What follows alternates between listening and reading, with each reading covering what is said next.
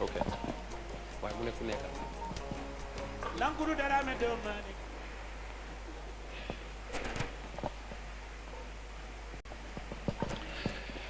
Okay, good evening and welcome to this double celebration with leadership and education at the heart of the event.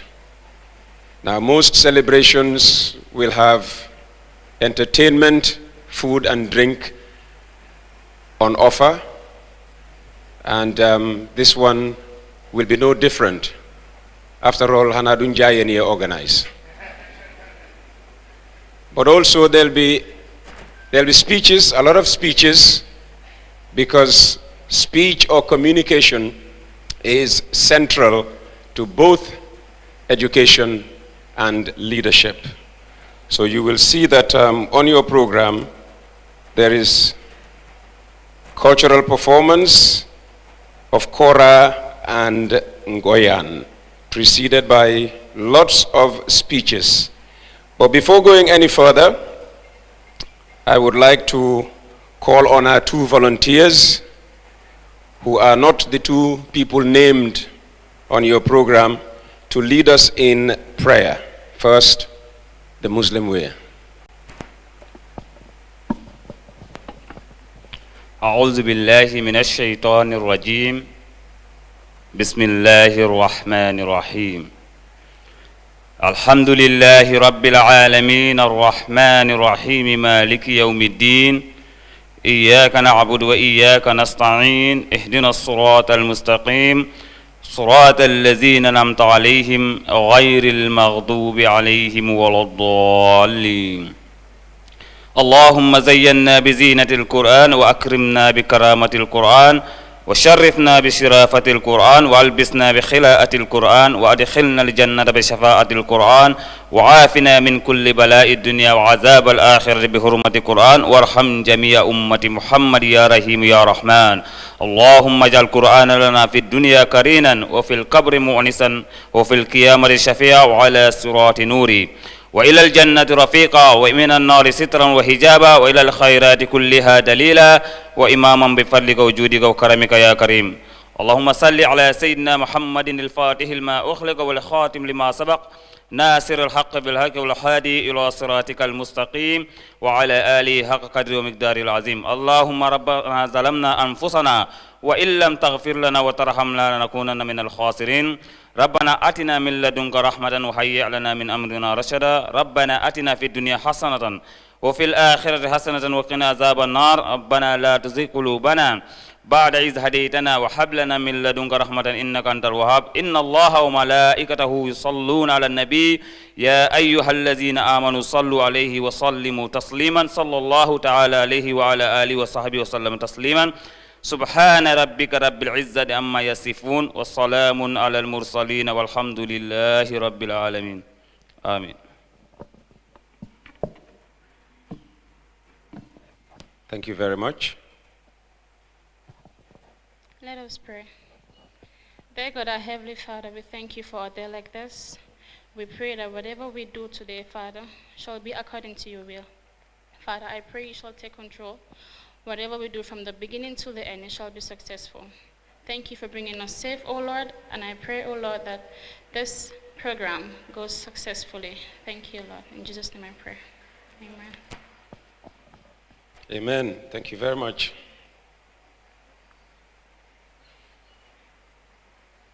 I said the night is about education and leadership, and I'd like to welcome Alhaji Mustafa Njai, our chief host. I'd like to welcome Mr. Mustafa Jau. Yusufa Jau, not Mustafa. You don't start calling everybody Mustafa. Yusufa Jau, and of course, the reason why we are here is Mrs. Satang Jau. As I said, it's going to be a night when we celebrate education and leadership. People just have a natural disposition to follow a leader. regardless of your level of knowledge and experience in a particular field, you can achieve more if there is a higher authority you report to. Hence the need to always have great leaders, and whereas some argue that leaders are born, not made, I am of the opinion that great leaders are made, not born. And the development of great leadership, primarily for our country, but also for a fast-moving world beyond our boundaries, is the raison d'etre of the TAF Leadership Academy, or TAFLA, and the TAF Africa family in general. Because after all, in one of their slogans, they say TAF Africa's experience is global and its focus African. I'd like at this point to recognize the presence of everyone, but particularly our graduating students and this year's icon. On behalf of TAF Africa, I welcome you all to this important event, an event that will see not only the graduation of 360 students of the TAF Leadership Academy, but we also honor one upright senior citizen who's been a good role model to young boys and girls who have grown to be men and women we all look up to in our society today. And what a nice coincidence that as TAFLA, the Leadership Academy of the Foundation, graduates hundreds of students, TAF Icon is honoring a teacher as its third icon. You will get to know more about both TAFLA and TAF Icon during the course of the evening. But by way of a quick introduction, TAF Icon, since I have spoken briefly about TAFLA, was created to, and I quote, shine a light on successful Gambians who have retired and are quietly spending their time giving back to the Gambia by spearheading initiatives that would positively impact the lives of many Gambians and are not seeking any publicity along the way. End of quote. The 360 TAFLA students we join in celebrating their graduation are doing so after a year of lectures. The Indian philanthropist Nita Ambani tells us, everyday classroom teaching is not what children will remember, but how the teacher made a difference in their lives.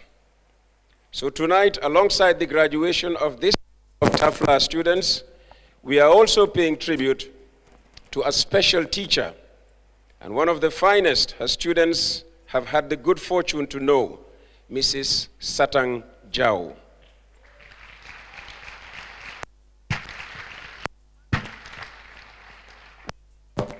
We have a lot to say about Mrs. Jao, but that will be later, because right now, I invite to the podium, hopefully we're working perfectly,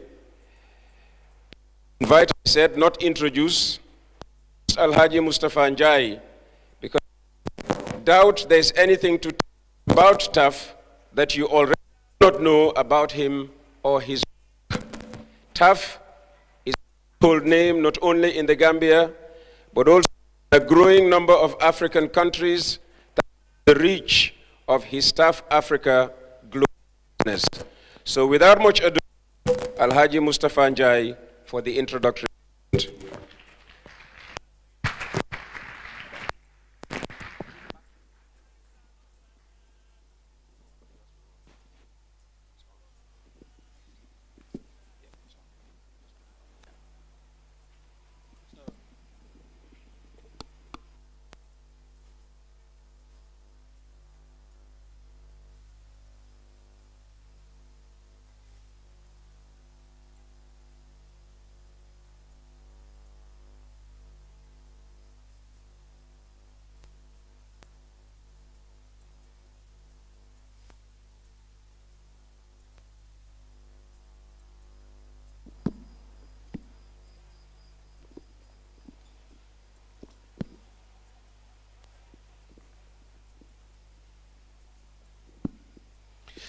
Good evening.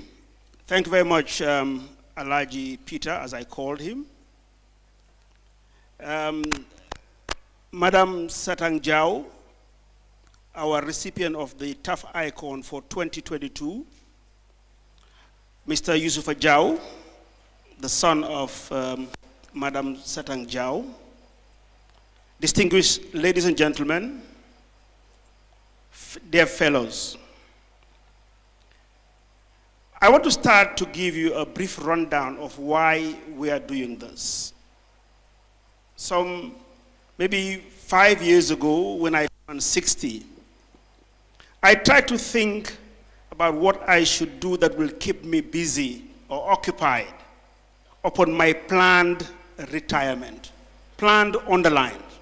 I had planned that at 60 I would retire. But I'm sure some will ask the question, are you really retired? But that's for another day. So what I thought was that I need to do something to give back to society. After having been educated, well, born in the Gambia, raised in the Gambia, educated in the Gambia, and made my name at the global stage in the Gambia, I thought it is just right that I look back on the young ones who would look up to people like us and inspire, mentor them, so probably they can do better than us. So then I came up with my staff the initiative to set up a foundation. And that is what we have today, which is the TAF Africa Foundation. Now in this foundation we have 7, or today probably 8 initiatives. The first is TAF Icon. Some of you who's been around or you've heard about the TAF Icon, which is a conference that we hold every year since the year 2016, where we just have debates on issues that affect our daily lives, regardless of where you come from. Then we have TAFLA, which is trying to mentor the young ones who's gone through their education, mainly from tertiary institutions, to train them on leadership. And the reason why we chose leadership, some of you who follow me on social media must have watched Wodemaya when he interviewed me in Port Harcourt. And he asked me one question. And the question was, if you were to change something in Africa, what would you change? And my response was leadership.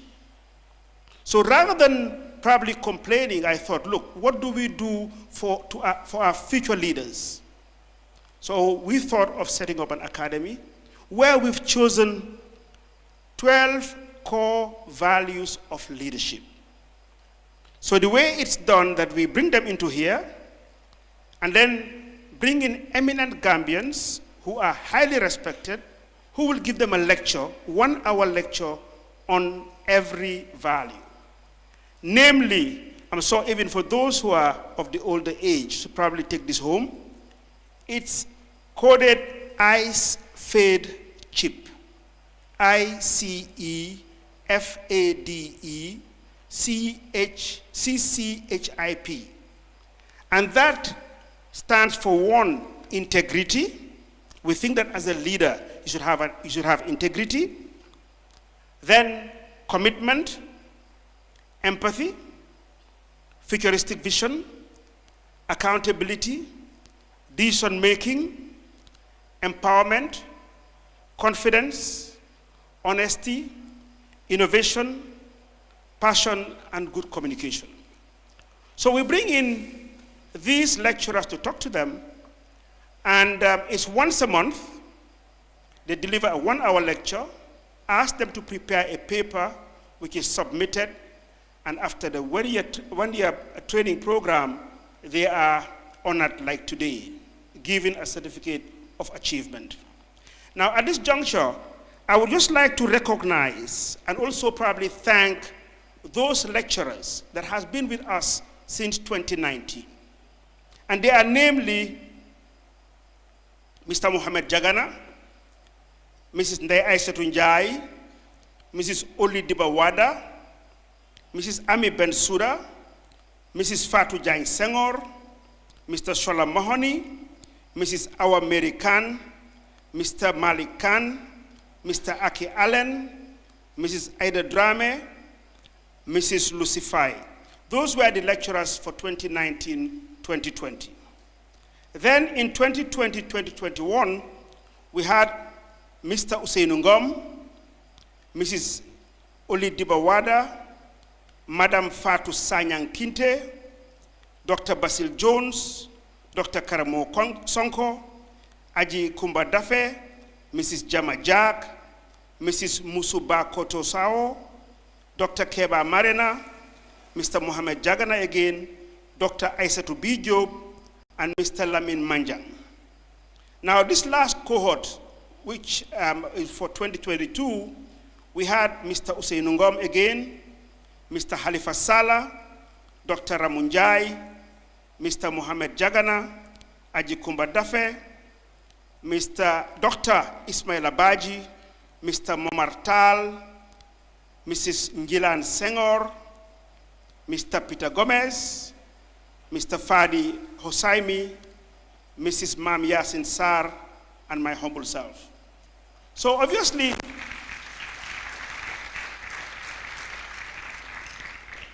Gambia being so small, definitely you will agree with me that we made a good choice of lecturers during this period.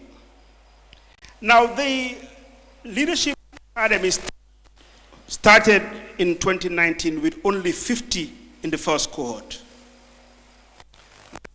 Then, in 2020, we increased it to about almost 200.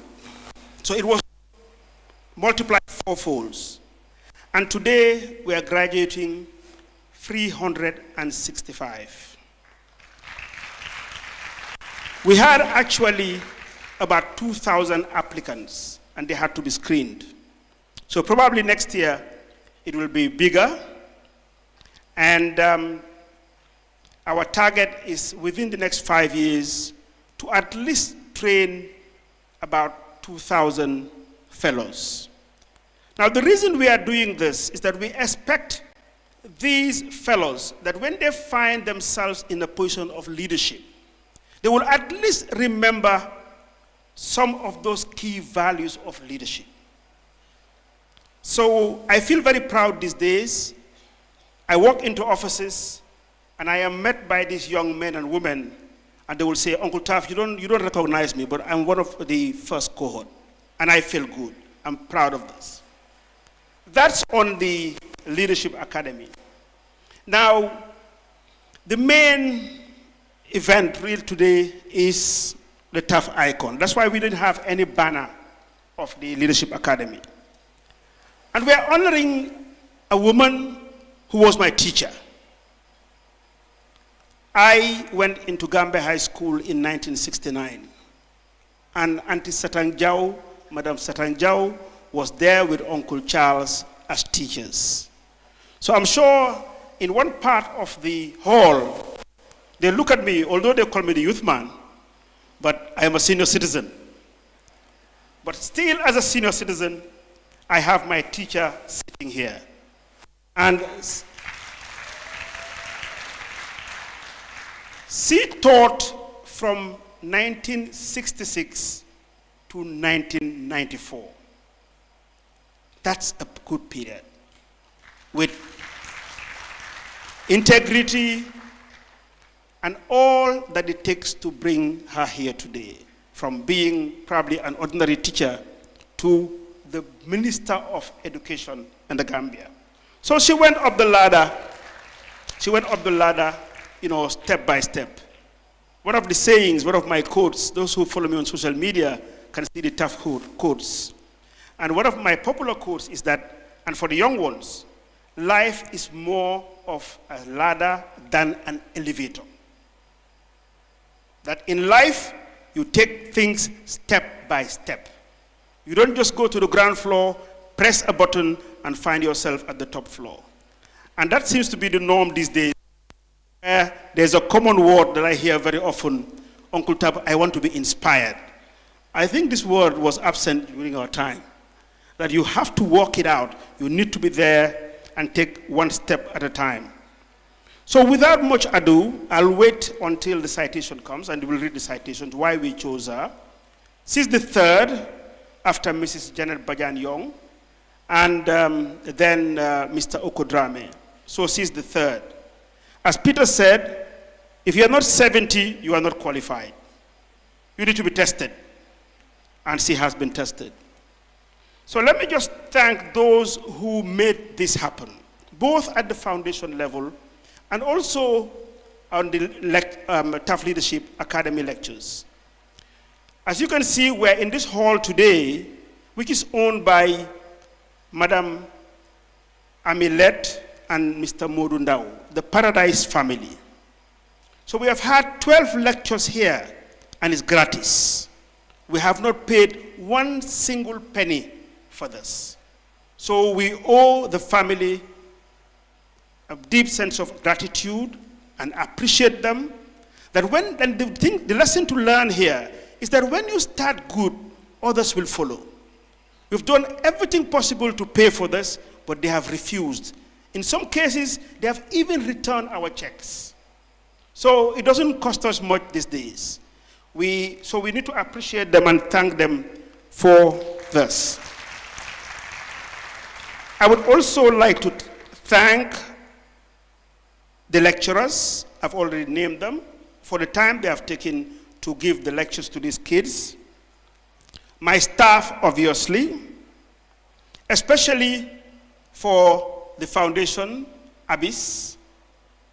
Abyss, I call my boss. You see, they're clapping, huh? Abyss, I call my boss because Abyss is my PA. Abyss is my PA, and Abyss was employed from the first cohort. So you see, we can see that these things are working. She was trained at the TAF Leadership Academy, but today she's the coordinator of the foundation and my personal assistant. Again, Anita, who joined us this year, she's doing a fantastic job as our marketing manager. Organizing these events is not easy. And Anita, not only has she been organizing this, she's also the head of media. TAF Africa Global is very big on media. All the TAF hub that you see today, she's just kicked me out of it. Those who watched the last episodes, you will notice that she has taken over. And she does quite a lot of good work on this. The rest are my staff. At the head of the TAF Africa Global Management is my daughter, Yabajan, who I have just transferred all the stress. My wife, Jatu, is sitting there, and she complains all the time. And in her words, she will tell me, "Bail suma dom yi duñ góor jigéen lañ." So I have put them in the deep side of the ocean. So I want to thank and encourage them for her and her team. Finally, yes, I want to thank my wife and family for all the stress I put on them. At times, I'm like a crazy guy. I just move from one thing to the other. As I mentioned, I plan to retire, and I said I'm retired. And then in 2018, when I was 61, we launched the initiative to develop 1 million homes across sub-Saharan Africa. So I get up in the morning at 6 o'clock after Fajr and go to TAF City, and everybody knows about TAF City, so I won't tell you much about it. Now, I think on that note, I will now give the mic back to the MC and allow him to take over events. So thank you very much. Thank you, Alhaji TAF. We are so organized here that each has their own microphone. Interesting listening to TAF. He turned 65 years ago and decided that he was going to stop working. I turned 60 earlier this year in February, but I'm still working because I'm not a planner as he is. The other thing he revealed, these 10 years, I won't qualify to be a TAF icon because you must be at least 70 to be a TAF icon. He is very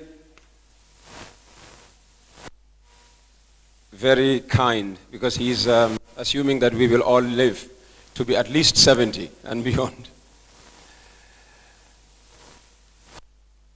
But in his speech, you probably picked up the importance of leadership and especially education.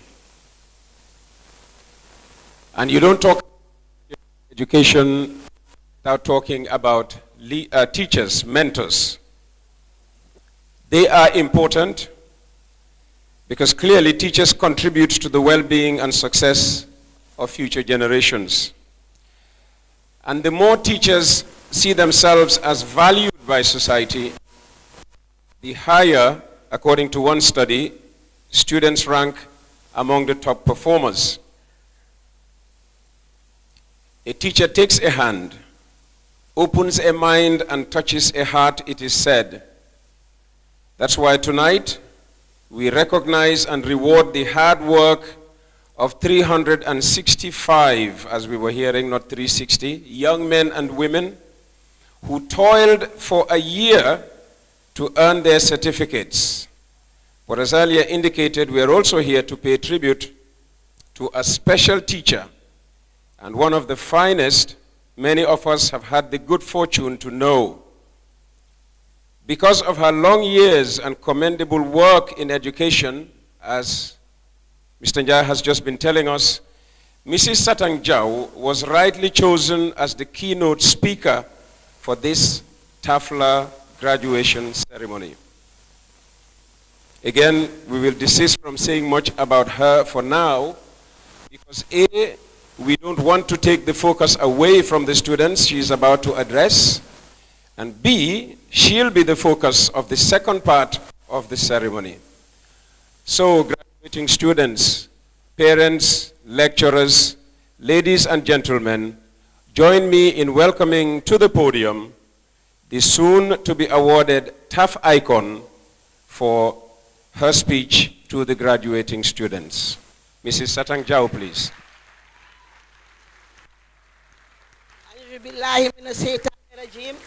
Alhamdulillahi rabbil alamin, alhamdulillahi rabbil alamin. Satang Jau ndang kunyi mo siri. Anke paba ni hausun jane ya. Mama yari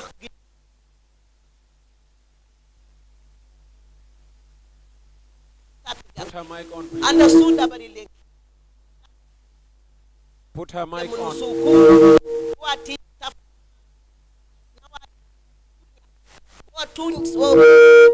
Wosuwa kona ti anam baraka dundi angolle kendi. Satang Jau nawari. Anke nyani wo mandi. Anke nyani wo hot wo gidandi. Tema gajane sapiga ke kuru jani. Nawari mahor sini nawari.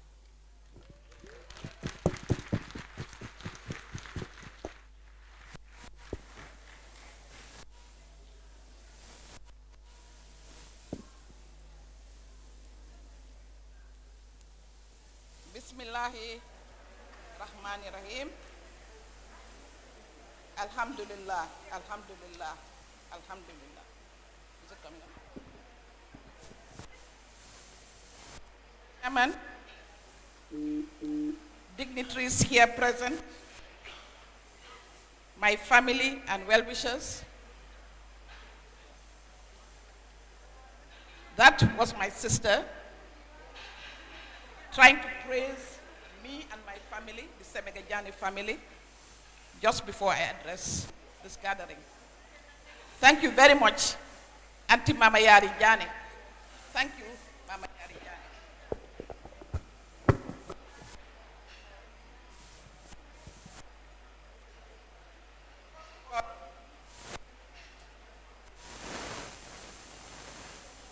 First of all, I would like to thank Allah for bringing us thus far in the year 2022.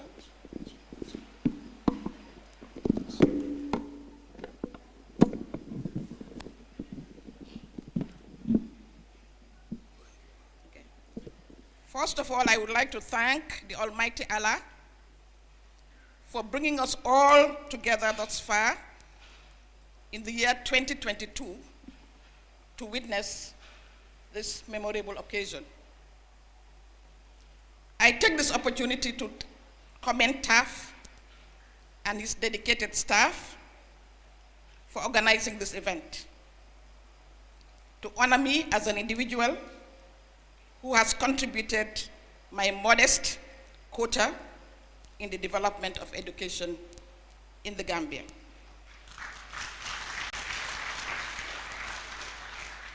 This event, as staff has rightly explained, also marks the graduation of 360 students from the TAF Leadership Academy. That's no small number for this event. I have been asked to give the keynote address, and the topic I have chosen is education, with specific reference to girls and women's education. I have a passion, and I would like to inform this gathering that when I was principal of Gambia High School, from 89 to 94, the number of girls in the school doubled.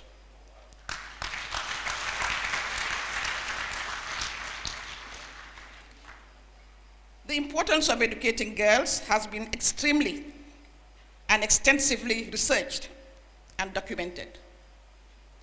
First and foremost, education is a basic human right enshrined in international commitments, such as the Convention on the Rights of the Child, and at a regional level, the Charter on the Rights and Welfare of the African Child. It is also widely recognized, and studies have proven that girls' and women's education is one of the most effective means of development, not only for girls and women themselves, but for communities and the wider society. Girls' and women's education raises maternal health, reduces child mortality, improves nutrition within the home, and increases the potential workforce and opportunities for economic growth, which eventually fosters development. I remember growing up in Bathurst, the then Bathurst, now Banjul, in the 50s and the 60s. So you can guess my age right now. At a time when girls' education, especially among the Muslim folk, was frowned upon. Girls were prepared to become good housewives and mothers. Conventional education for girls was never a priority.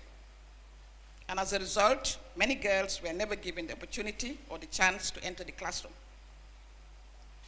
Those that were lucky to go to school were withdrawn sooner or later. As a child, I used to watch and admire the few Muslim girls and women who had the luxury to be in school, completed a cycle, and employed in the civil service or the private sector.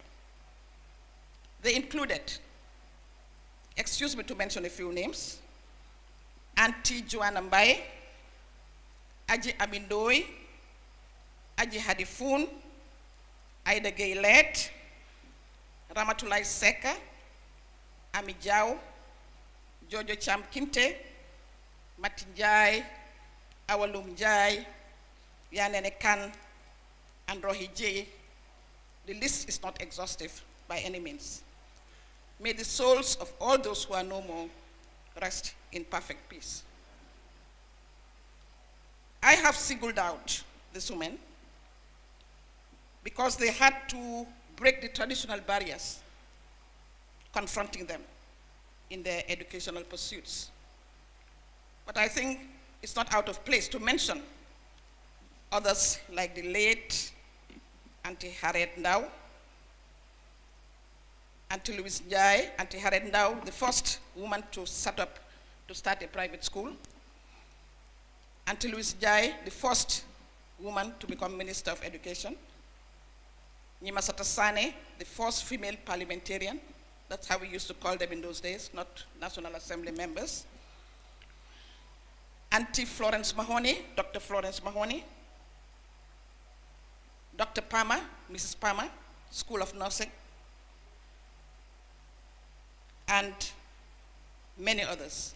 I hope someday someone will write a book, do a lot of research and write a book on the role of women in the Gambia's development, pre-independence and post-independence. It's worth doing.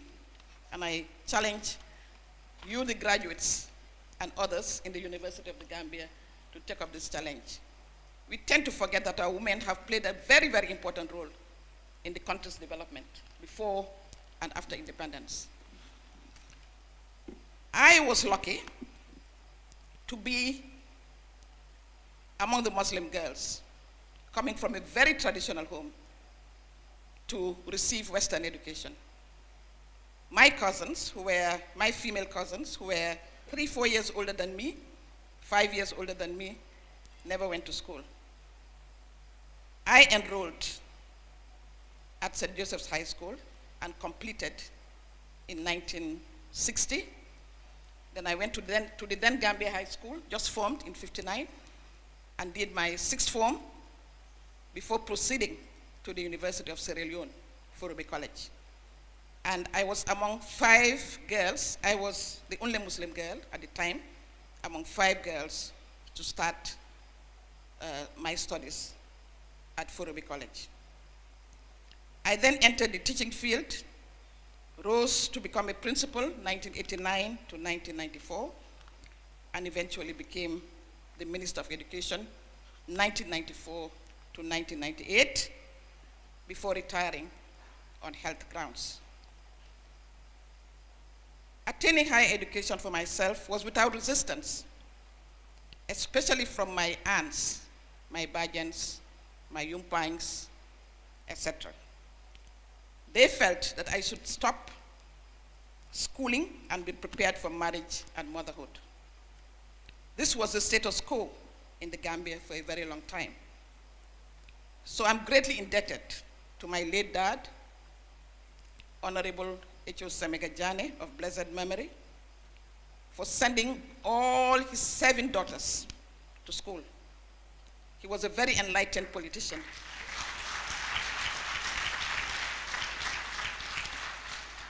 He had 7 daughters, one after the other, before finally having 2 boys. One of them is here with me, Bokar Semega Jammeh of Fenta, and the other one passed a few years ago.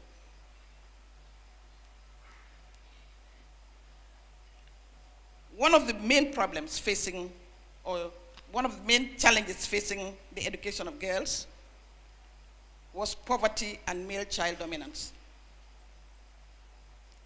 Girls from a very low income families faced and still face mammoth educational challenges in the Gambia.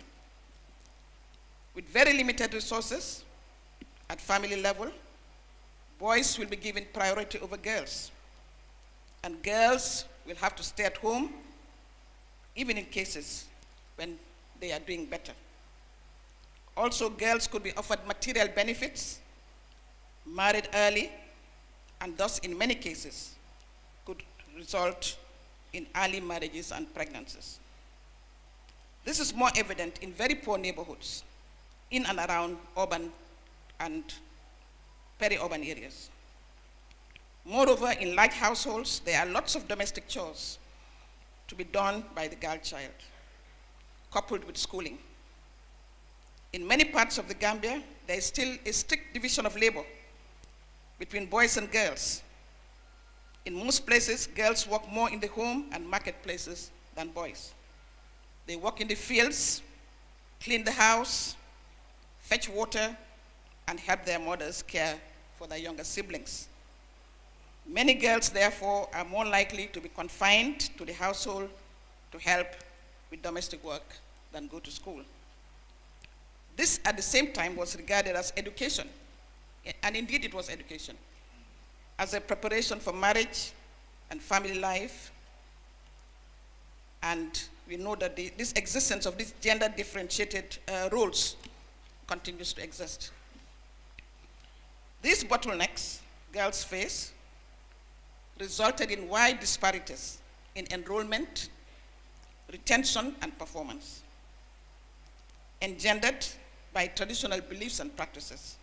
and societal attitudes. Ladies and gentlemen, over the past 3 decades or so, the focus on girls' education has been shaped by a number of key commitments, including the Beijing Platform of Action in 1995, the 2000 Dakar Framework for Action on Education for All goals, especially Goal 5, which emphasized the achievement of gender parity by 2005 and gender equality by 2015. You also have the Millennium Development Goals, especially Goal 2, which emphasized the achievement of universal primary education by 2015. Within Africa, the second decade of education for Africa, 2006 to 2015, and Agenda 2063 reflects these commitments with a specific goal to eliminate gender disparities and ensure gender equality and girls' and women's empowerment throughout the education system. The Sustainable Development Goals, 2016 to 2030, and to be more precise, Goal 4, also emphasized the importance of quality education and seeks to ensure that all girls and boys complete free, equitable, and quality primary and secondary education by 2030. We also have national commitments towards addressing challenges facing girls and women. What I just mentioned were global and regional commitments. Now we come to national commitments towards addressing girls and women's education. The Constitution of the Gambia, 1997. Sorry, we are still caught up with this 1997 Constitution. We deserve better. The Constitution of the Gambia, 1997, enshrined education as a right. It states that all persons shall have the right to equal educational opportunities and facilities, and with a view to achieving the full realization of that right, that basic education shall be free, compulsory, and available to all. And all, of course, means boys and girls. That secondary education, including technical and vocational education, shall be made generally available and accessible to all by every appropriate means, and in particular by the progressive introduction of free education. That higher education shall be made equally accessible to all on the basis of capacity by every appropriate means, and in particular by progressive introduction of free education.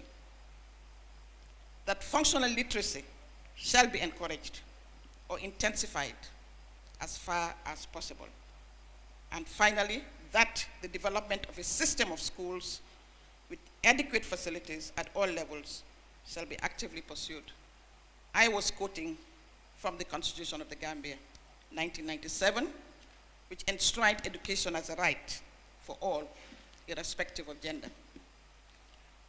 The education policies of 2004 to 2015 and 2016 to 2030, and the Children's Act 2005 also mandated free and compulsory basic education for all. The Children's Act establishes also compulsory basic education as law and assigns that duty to government and partners and parents and guardians. In order to achieve the education policy objectives, every child of school-going age needed to be taken on board. The Ministry of Basic and Secondary Education, in dealing with the challenges girls face in their education, has injected initiatives to reduce and eventually eradicate the high number of girls still dropping out before reaching the secondary level. And I would like to mention the following interventions or initiatives by the Minister of Basic Education, for which we commend them. 1, school and classroom construction and rehabilitation throughout the country to reduce distance to school. I remember growing up in the 50s and 60s when secondary education was confined to the urban areas, apart from Armitage High School. And most students, especially boys, girls were withheld, but most students had to come all the way to Banjul and lodge with guardians in order to complete their secondary education. Now this initiative started by the last government to build more classrooms, more schools, and to make sure that students don't walk long distances to school. And we commend the government of today for carrying on with this initiative. I would like also to talk about madrasa education being made part of the conventional education system. Girls whose parents were not in favor of Western education have the leverage of sending their children to the madrasas. And as a result, a lot of students with university degrees went through the madrasa system. When we were growing up, I keep saying when we were growing up, I'm now in my late 70s, so that must have been a long time ago. I'm pleased to note, when we were growing up, we had some Arabic, Islamic education, and our parents made sure every weekend and during holidays, we attended what we call the daras. But the daras, sorry to say, confined us to rote learning of the Quran. We would tarry the Quran from Bismillahir Rahmanir Rahim to the last surah. And the purpose of that, according to the traditional belief, was to give us surahs so that we could pray. Give us surahs to recite during prayer time. But now the madrasas have come a long way and have become part of the conventional system of education. And there's emphasis on literacy, numeracy, maths, science, and the learning of English. We commend the Minister of Education and the madrasas for cooperating to ensure that more girls go to school, either in the conventional schools or in the madrasas. And if my past student is here, Maimuna Savage, I think Maimuna led the pace in setting up madrasas and encouraging more girls to be enrolled in school. Another intervention by the ministry to ensure that girls go to school and stay in school is the introduction of the Girl Child Friendly School Initiative called PIQSS, meaning Program for Improved Quality and Standards in School, in collaboration with UNICEF and other partners. These initiatives support girls have access to education, to be retained, and to complete secondary education. The support is in the form of giving girls extra assistance in maths, science, and English, supplying them with learning materials and guidance and counseling. There is also a lot of emphasis on quality education provision. Another intervention is providing scholarships for girls and needy boys, catering for school fees, books, exam fees, and computer fees. So when we talk about free education, parents always turn back to us and say, education is not free. All we are not paying is fees, but all the other additional costs we have to take on board. So I don't know what the ministry is doing apart from just providing scholarships for needy girls and boys. More needs to be done, especially in areas where enrollment rates are very low. The effort to increase enrollment, retention, and completion rates for girls in schools has been enhanced by interventions, such as the President's Empowerment for Girls Education Project, called PEGEP. This was introduced by the last government, and I think is still in existence to help girls and needy boys. The other intervention is the establishment of what we call mothers' clubs that give support and guidance to students, especially girls. The mothers' clubs are supported by FAWE. FAWE stands for Forum for African Women Educationalists. And we have a chapter. There's a chapter of FAWE in the Gambia, and I would like at this stage to acknowledge the support and the help and the assistance given by the late Mrs. Ramatulai Seka in making sure that FAWE supporting girls' education is still in existence in the Gambia. Another intervention was sensitization on gender and education at the levels of the community, schools, teachers, students, and pupils. I remember in 1995, we were on tour in the urban areas, in the rural areas. And we normally want to listen to their problems after the authorities have spoken. It was my community, the Sarahule community. And one of the fathers, male, stood up and said, we don't want male nurses and male teachers in our community.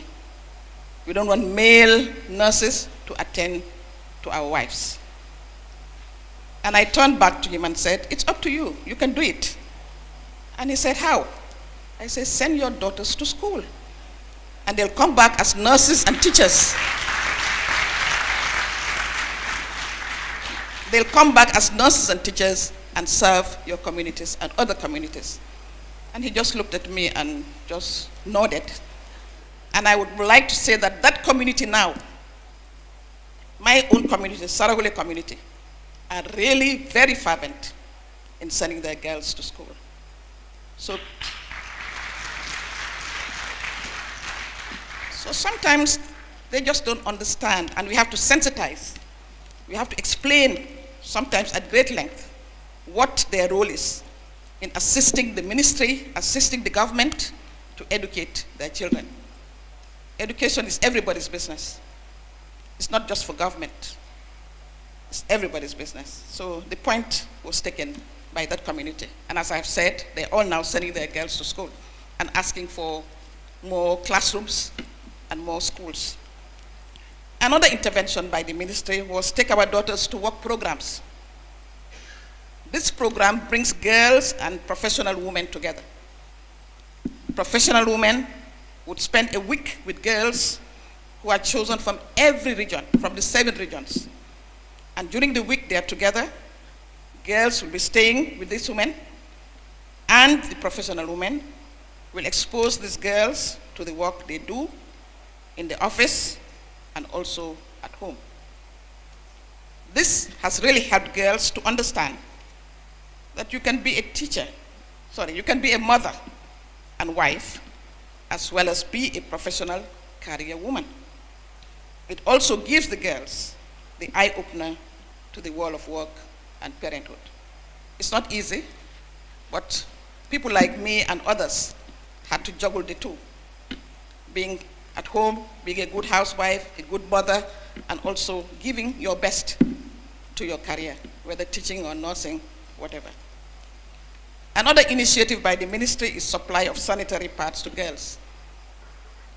Gender-responsive pedagogy training for teachers, gender-responsive school environment training for teachers, community, school management, committee students. All these are interventions by the ministry and partners to encourage girls to stay in school.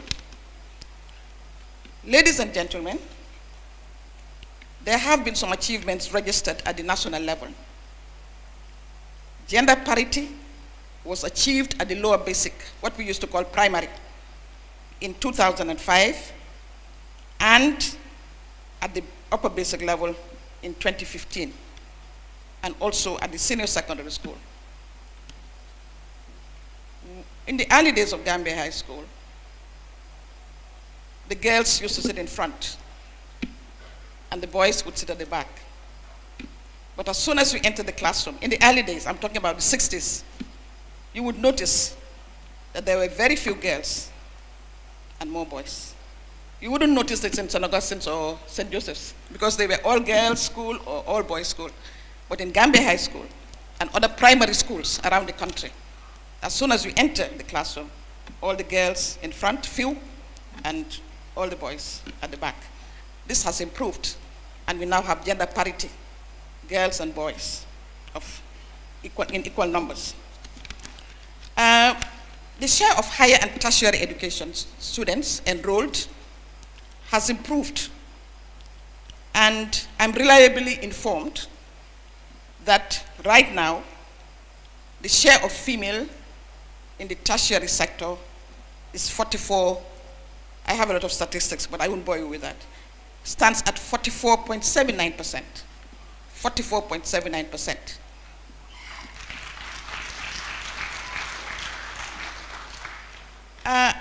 I would like to inform you that the changes came about at the tertiary level with the introduction of university education in the Gambia.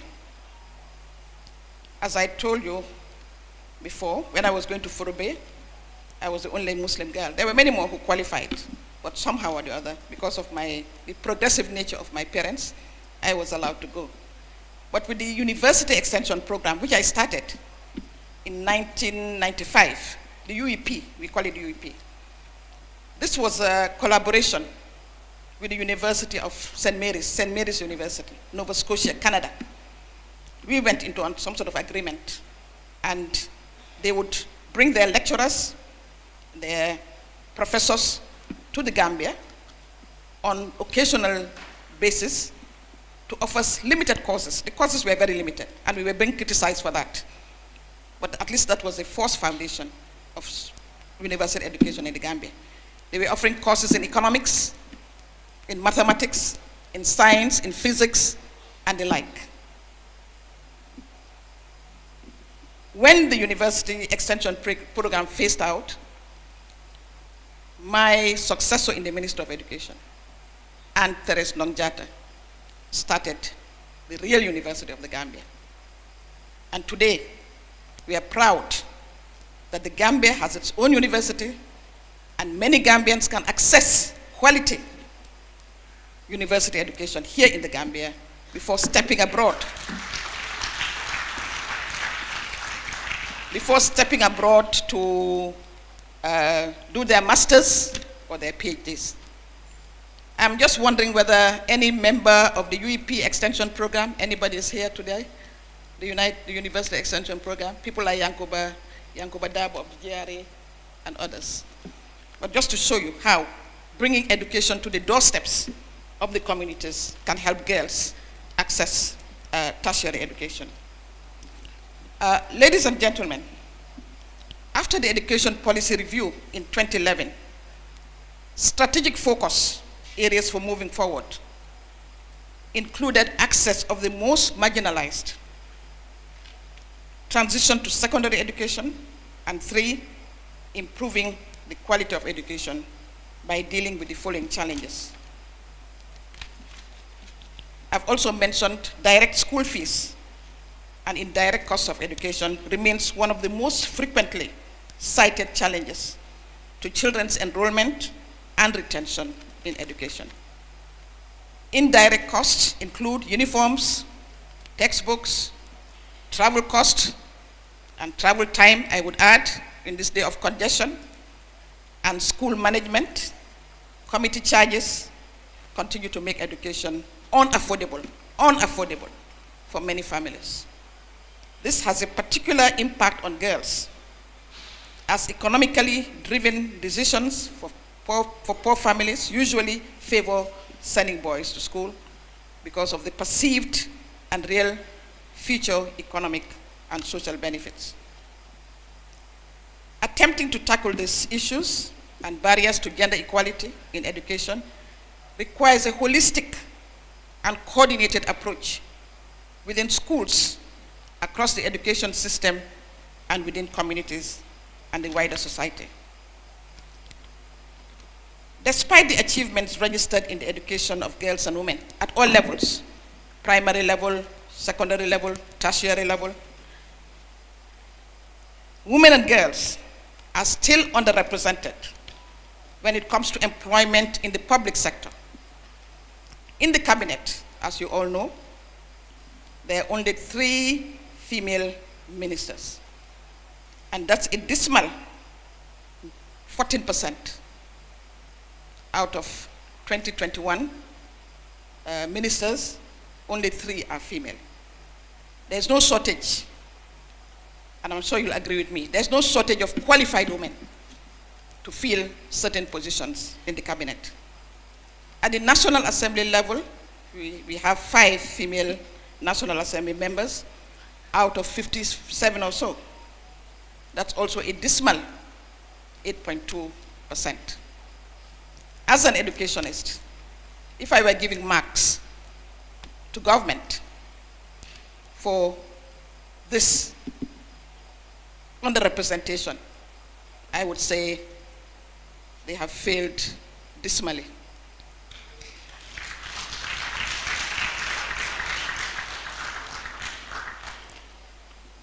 I would like to commend the judiciary under the guidance of Chief Justice Hassan Jallow for providing space in the last few years for women to hold key positions in the judiciary.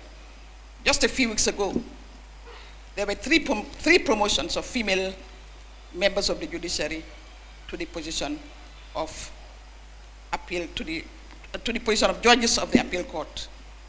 And that's a big, big stride. We commend once again the judiciary for recognizing women and elevating them to the positions they deserve. But I would like to say that women themselves have been active to fill the gap.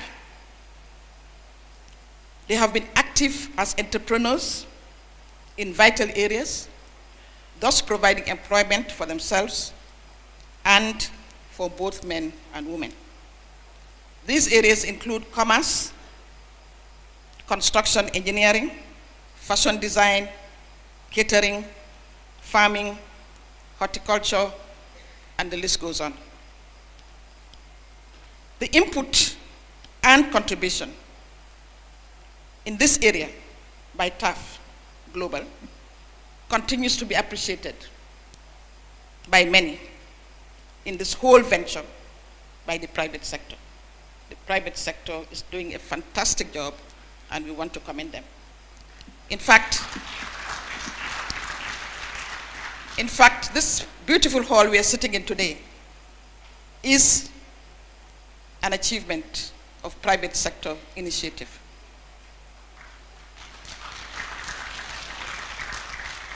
It's one of the finest halls in the country where a number of events take place. And I would like to thank the owners of the proprietors of the place, Amilet and her husband, for providing us space for this year's event. In the words of Michelle Obama, can I quote?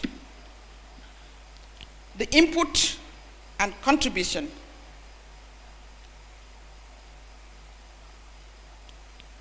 of women is not just for women themselves, but also for their daughters, their granddaughters, and their families and communities as a whole. And another quote from Desmond Tutu says, if we are going to see real development in the world, then our best investment is women. And I would like to add, it's no longer a case of women walking behind the men. It's a case of women walking alongside, side by side with the men for development. At this juncture, I wish to congratulate the 360 students who are graduating from the TAF Leadership Program. Thanks for believing in the institution, and I'm pleased to note that out of 360 students graduating from TAFLA, 197 are women and girls.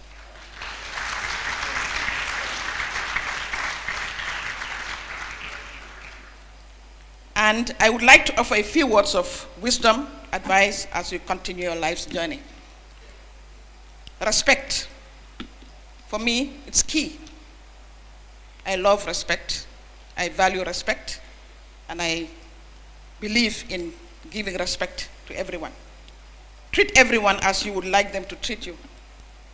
That goes in the Bible and also in the Quran. Find time to speak to and relate with others, especially your fellow students, your colleagues, your bosses, and your teachers. Don't be so focused on getting ahead that it's all business, all the time. It is important to treat people that come your way with humanity and integrity.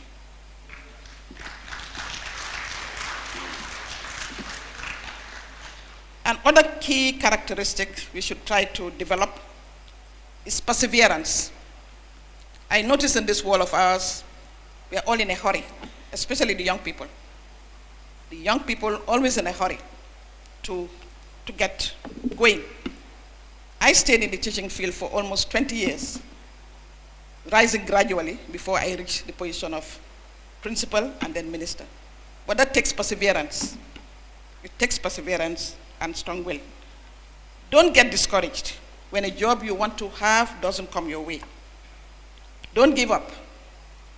Continue to explore other avenues. This might open up doors to other opportunities. And the final thing I want to leave with you is what we call lifelong learning. Lifelong learning. Graduates, this is not the end of the journey for you. Perhaps for us, we're still learning. I've just started learning, well, not just Arabic online, so that I can read and understand the Quran. It's never too late to learn.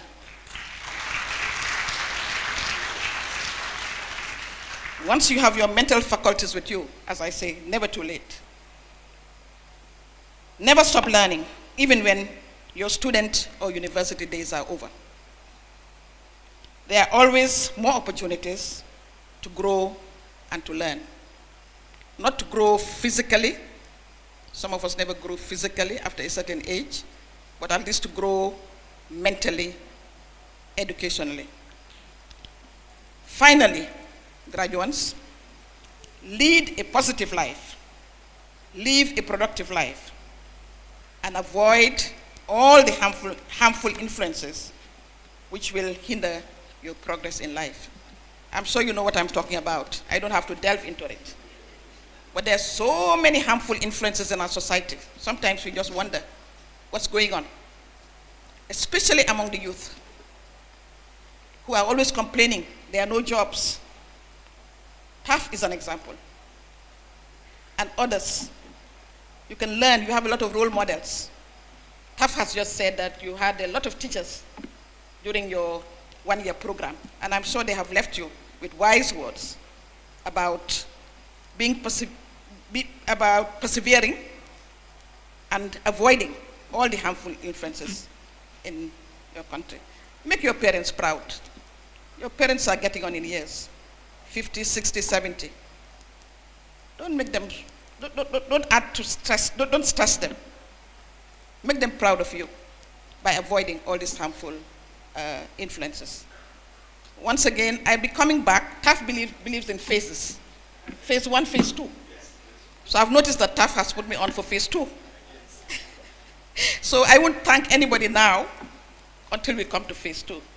Once again, TAF, thank you very much.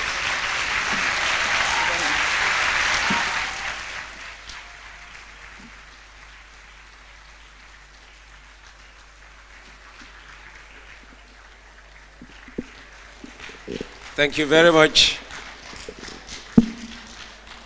Mrs. Satang Jau, icon. I would have loved to have 7 girls just because of her. I tried. I have 3. Just like TAF, all my children are girls. And listening to her speak and saying that now girls don't walk or work behind men, but they work or walk alongside them, I just want to take the opportunity to ask Jatu to allow Bajan to shoulder the weight that TAF has just offloaded on her. But that was a very enlightening speech, and I hope that the graduates have learned about all the measures and steps, the perseverance, all the years of hard work usually behind the scenes it took for you girls to now take your education for granted. This is not the only class where girls outnumber boys. It seems to be the pattern even in the education system now. Most classrooms have more girls than they do boys. And that's thanks to the work of pioneering women like Mrs. Satang Jau. It is very gratifying to hear that she started the university extension program, and when she left and moved on, another woman came on and built on the solid foundation that she had laid to now give us what we are all so proud of today as the University of the Gambia. It took women, not men, to bring us the University of the Gambia. So congratulations to her and everybody who brought education to the doorsteps of our girls. We will move on now to what is called the endorsement of the graduates.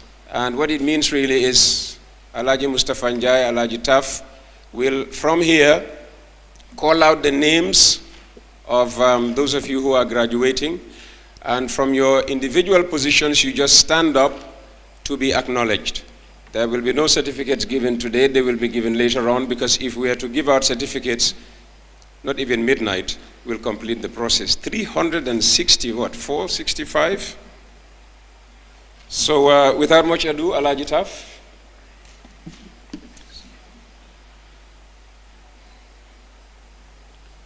Thank you once again, Alhaji Peter. So as you've just said, graduates, we will not ask you to come up and receive your certificates.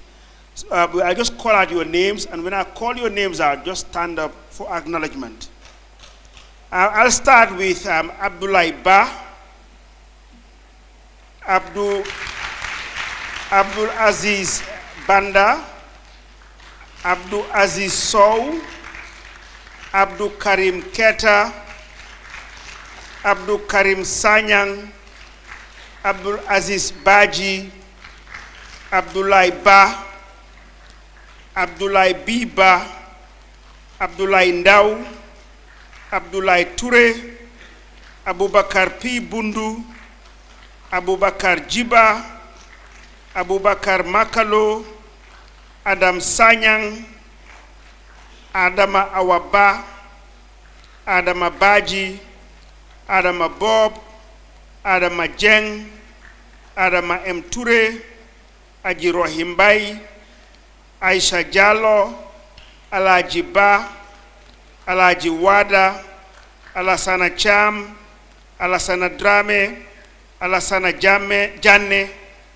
Alhaji Baba Danso, Alhaji Mane, Alhaji Osise, Alhaji Silla, Aliu Sise, Aliu Jabi, Aliu Jobate, Alimatu Job, Alfa Momodu Ba, Amadou Ba, Amadou Jiba again, Amadou Tijan Bari, Ami E Jallo, Ami Jase, Ami Kolisar, Ami Lee, Ami Sow, Aminata Drame, Aminata J, Angela Ehi, Awa A Sow, Awa B Sise, Awa Diba, Awa Job, our MCC, our Maiga, our Mane, our Esfal, our Sen, Babukar Gay, Bakari Konate, Bala Musa Diop, Basa Dijabi, Basin Sala, Beatrice Binta Gomez, Benoit P.A. Osanago Sankolo, Binta Jaite, Binta M. Jaite, Binta Sanyang, Binta Sonko, Bintu Ba, Bintu Manga, Bintu Sane, Buba B. Dabo, Buba M. Sise, Buba Ture, Bubakar Dabo, Bubakar Dem, Cherno C. Jallo, Cherno M. Ba, Cherno Mamadou Balde, Cherno S. Ba, Dalia Telo, Daltin Emeka Emus Williams, Demba S. A. Gajigo, Demba Y. Ba, Demba Conte, Demba Mane, Ibrahima A. Cham, Ibrahima Dahaba Sinyan, Ibrahima F. L. Mane, Ibrahima H. Seka, Ibrahima A. Ba, Fatumata Fatajo, Fatumata Fati, Fatumata Jawara, Fatumata Juve, Fatumata Sedikan, Fatumata Bari, Fatumata Buware, Fatumata Dafe, Fatumata Ijob, Fatumata Jite, Fatumata Jabi, Fatumata Jaite, Fatumata Sedikan, Fatumata Silla, Fatumata Zahra Bitei, Fode Sar, Gabriel Jaune, Jibril Sane, Gogo Maiga, Hadi Bitei, Hadi Fall, Hadi Jase, Hadi Jatu Aw, Hajara Senghor, Halima Kamara, Halimatu Ba, Halimatu Jammeh, Halimatu Senghor, Hawa Minte, Hawa Ndau, Horeja B. Jane, Hurai Ja, Aisatu Ba, Aisatu Conte, Aisatu Jase, Aisatu Mbai, Aisatu Njai, Aisatu Sane, Aisatu Sanyang, Aisatu Sila, Aisatu Singate, Aisatu Sonko, Ismaila Abajo, Ismaila Fofana, Ismaila Jase, Ismaila Lo, Jainaba Jallo, Jainaba Jammeh, Jainaba M. Jallo, Jainaba Sanyang, Jainaba Sonko, Jainaba Sow, Jainaba Ture, Jamilatu Sow, Jama Sise, Janke Sanyang, Jaratu Jaite, Jara Kanute, Jari Jaula, Joanna Sanyang, Juma Jallo, Hadijatu Eba, Hadijatu B. Jallo, Kadi Cham, Kadi Singate, Kadi Job, Kadi K. Seidi, Kadi Kumba Jallo, Kajatu M. Jallo, Kati Kor, Keba Fati, Kadijatu Jallo, Kinta Mendi, Kumba Anegbe, Kumba ML Kamara, Lamarana Jallo, Lamin Koli, Lamin Ja, Lamin Tal, Lamin Tamba, Maimuna Koli, Maimuna Dabo, Maimuna Mane, Maimuna P.F. Njai, Malado Jallo, Malanding Seidi, Mam Kumba Gay, Momadou Jallo, Momadou S. Ba, Manse Jabang, Mariama Jata, Mariama Baro, Mariama Fabure, Mariama Fofana, Mariama Jallo, Mariama Jata, Mariama Jawara, Mariama Ka, Mariama M. Trawale, Mariama Njai, Mariama Nyang, Mariama Samate, Mariama Sow, Matar Mbow, Mati Job, Mbisin Fall, Mbay Lo, Mamadou Lamine Diallo, Mamadou Lamine Mbay, Mamadou Diallo, Mamadou Lamine Faye, Mamadou Lamine Diallo, Mamadou Lamine Touré, Mohamed E.F. Cissé, Mohamed Hazali Ba, Mohamed L.A. Dabo, Mohamed Lamine Cissé, Mohamed Lo, Mohamed M. Sow, Mohamed Onjai, Muzaria Tudin, Nagiyu Kijera, Ngonji Tunkara, Nyimasila, Olimati Job, Olimati Koka, Omar Ba, Omar J. Sabali, Omar Jallo, Omar Mbai, Umi Bari, Umi Jany, Umi Job, Ousseynou Fofana, Ousmane Bojang, Ousmane Kor, Ousmane Jammeh, Pa Mali Diop, Rabiatou Ba, Ramatoulaye K Kamara, Ramatoulaye Kadam, Ramatoulaye Mane, Ramatoulaye Sekan, Rohi F Diba, Rohi Jadama, Rohi Sey, Rose Zahra Gomez, Safiatou Konte, Sekou M Kamara,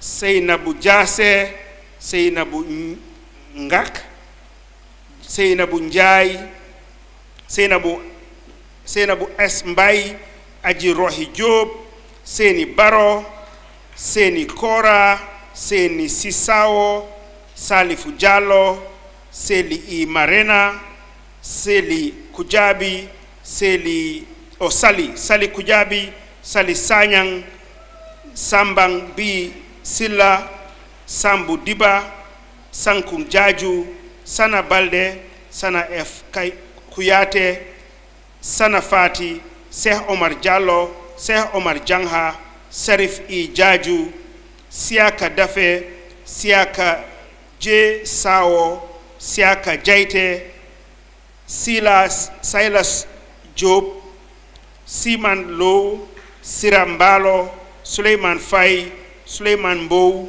Tamsir Njai, Tida Sano, Tijan Biba, Veronique Sohna Mendy, Wali S. Jata, Wude Dabo, Ya Bintanjai, Ya Hadi Jany, Ya Mama Gay, Ya Sana Jane, Ya Sanu Njai, Yankuba Saho, Ya Fatu Job, Yahya Baji, Yahya Kambi, Yande Jany, Yankuba Manga, Yankuba Tal, Yase Njai, Yoro Essow, Yusufa Touré, Ismaila Jase, Mahmoudou Sumbunu, Abdoulaye Gajigo, Abdoulaye Sane, Ismaila Lo, Ousmane Get, Aminata Sonko, Abdoulaye MS Diallo,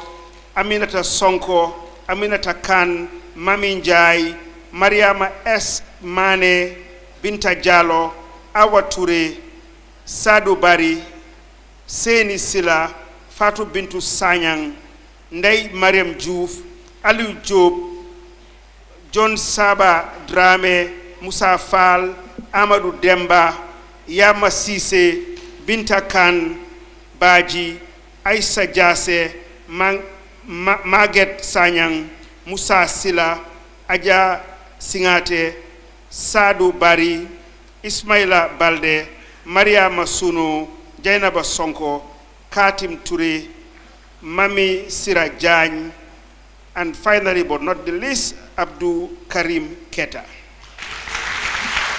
That's 354 in number. Congratulations. Thank you very much, TAF. That was very well done.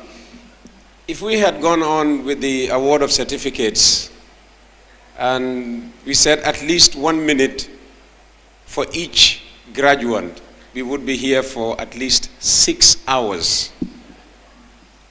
Yes, that's how long it was going to take. But not all of you were able to stand up and be acknowledged, because at some point, TAF was just in a rush to get through the names. So can we ask all of you to rise up, and then you'll be appreciated together. Thank you. Well done. One chapter is closing tonight, and another one immediately opening. Life goes on. We will now move on to the next item on the agenda, or the order of activities, which is, well, it's supposed to be a vote of thanks, but I understand we have 2 volunteers, a lady and a gentleman. And if I have the names correct, there's Yankuba Manga and Khadija Singate, is that right?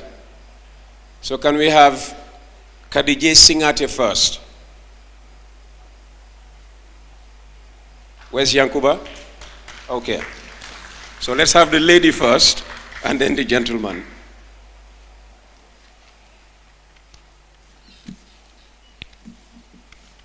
Good evening and greetings, Uncle Mustafa Njai, members of TAF Icon, guests, ladies and gentlemen, and my fellow students.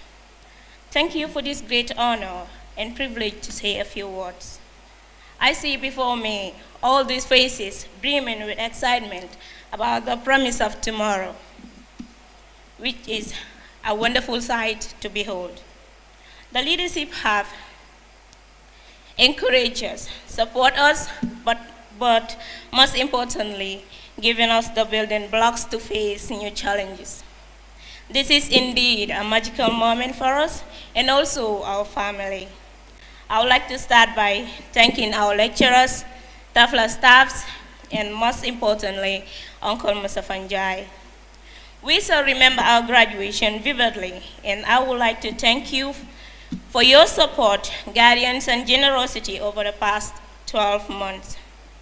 After the fast and challenging phase of your leadership experience, today is a day for turning back momentarily and allowing a heartfelt joy to catch up with you. This relationship makes us feel more comfortable during our cohort training.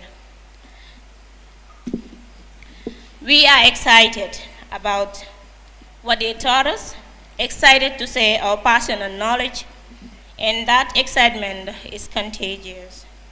Thank you for bringing leaders, teachers, and students to look at the world around us in a questioning, open-minded, curious way, and to come up with a solution of guidance.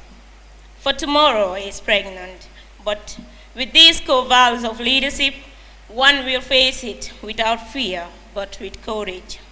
Confidence with integrity, which is something that every individual should exercise for the world to be at a better place or in a better hand. I will never be able to let you know how much I appreciated this leadership training. I know you probably don't know that you have done anything special, but you have made so many lives worth living. Thank you for your compassion and generosity. I hereby conclude by saying, thank you, Uncle Mustafa Njai. Thank you, TAF Africa Global. For TAFLA, we are grateful. I am Khadija Singate.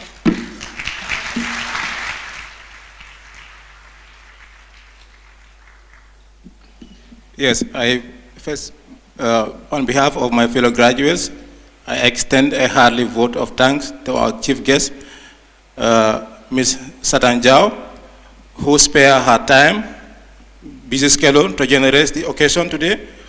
We had an opportunity to hear from your thoughts, and this will solely encourage us. This will solely encourage us in our future endeavors as leaders. I also want to thank CEO of TAF Global, Mustafa Njai. I also want to thank his deep and intellectual way of impacting knowledge has added to the glory of this event.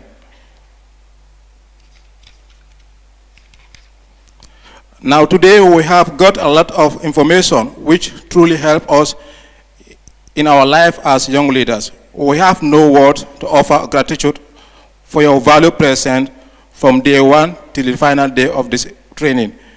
You brought people who gave us deep insight into the topic and revealed some interesting facts about leadership. Now, looking at Africa, we come to realize that one of the problems that we have right now in Africa is leadership. And this leadership problem is not only in our institution, but also in our families, in our communities, in our home. And I believe and I hope train this kind of leaders will also make people to be better positioned, not only in our institution, in government position, but also in communities and in our families. I want also to thank all the speakers who have lectured us with their important and worthy opinion from the first day, because many people were invited. I want to appreciate their effort for making this event information for all of us. A special mention to our respected mentor, Mustafa Njai, who was present from day one to the final day, and he has spent a lot of resources to make sure this event finalized. Now, a special thank to the organizing committee and also thank Abis, who is the personal assistant for Mr. Njai and the coordinator of this event. She has been there from day one, and she has made sure that the program started well and it has ended as we all expected. And I also like to thank everybody that has make it to today as far as the program is concerned. And the last but not least is a big thank to the management of this Paradise Hotel for making sure that this hall is available for us at no cost. Because looking at the hall, if this hall was set at a cost, it might cost a lot of money, even though I know and I believe Mustafa Njai will go further to do that. So we say a very big thank you to the hotel management of Paradise Hotel. Have a great day, and thank you all. Thank you very much, Yankuba and Kadi. Indeed, as our icon said earlier on during her keynote address, learning never ends. You learn all the time. She's learning Arabic now in order to be able to comprehend the Quran much better. I just learned something from the vote of thanks that tomorrow is pregnant.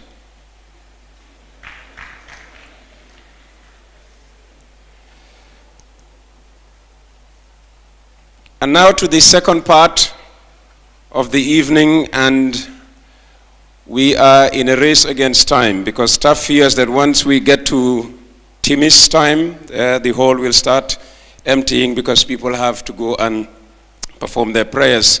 So we will try to be as brief as possible. All of us have that one special teacher whom we remember fondly, sometimes decades after they have touched our life. Why?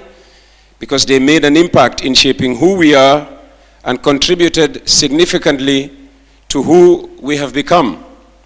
For TAF, and indeed the 30 classmates of his at Gambia High School, this special someone was Mrs. Satang Jao.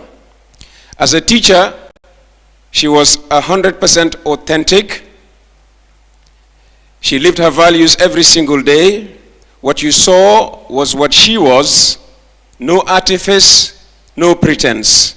And she encouraged her students to be true to who they were and not to live life trying to live up to someone else's expectations of who they should be.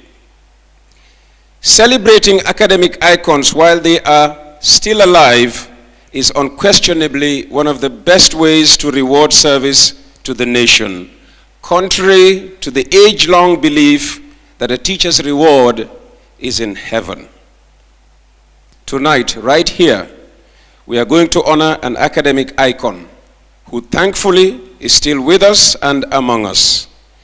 And for the next few minutes, hopefully before 7 p.m., everything you ever wanted to know about this year's TAF icon, you will hopefully hear and more as people who know Mrs. Satang Jao, our nominee, begin to bear testimony to the exalted standards that make her a deserved winner as a TAF icon. Now, the thing about Lifetime Achievement Awards is you get to know about the person sometimes months before the award is given out. It wouldn't be a TAF program without that infusion of an element of surprise, just as you would have for contested awards, where you'll have the drum roll and then suddenly the winner is, and it emerges, from an envelope. TAF has a special surprise, and the special surprise is our first testimony giver. And it is somebody I know very well because I worked with him, and he went on to become a minister. And I would ask him very kindly to get up, because this is a surprise for Mrs. Jao. And once he gets to the podium, it's a he, so I've given something away. Once he gets to the podium, we will introduce him, and he will tell you everything he knows about our icon. A round of applause for our first guest.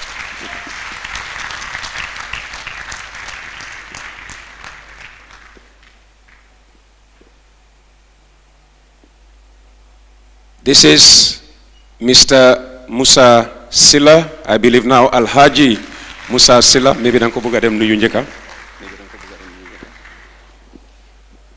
When in 1981 I started working at Radio Gambia, Musa Silla was one of the top reporters of the radio station. Of course, he eventually left.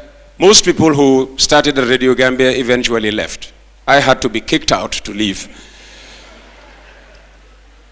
He went on to become Minister of Trade, and Mr. Musa Silla is here because he is a past pupil of Mrs. Satang Jau, and he will give the first testimonial.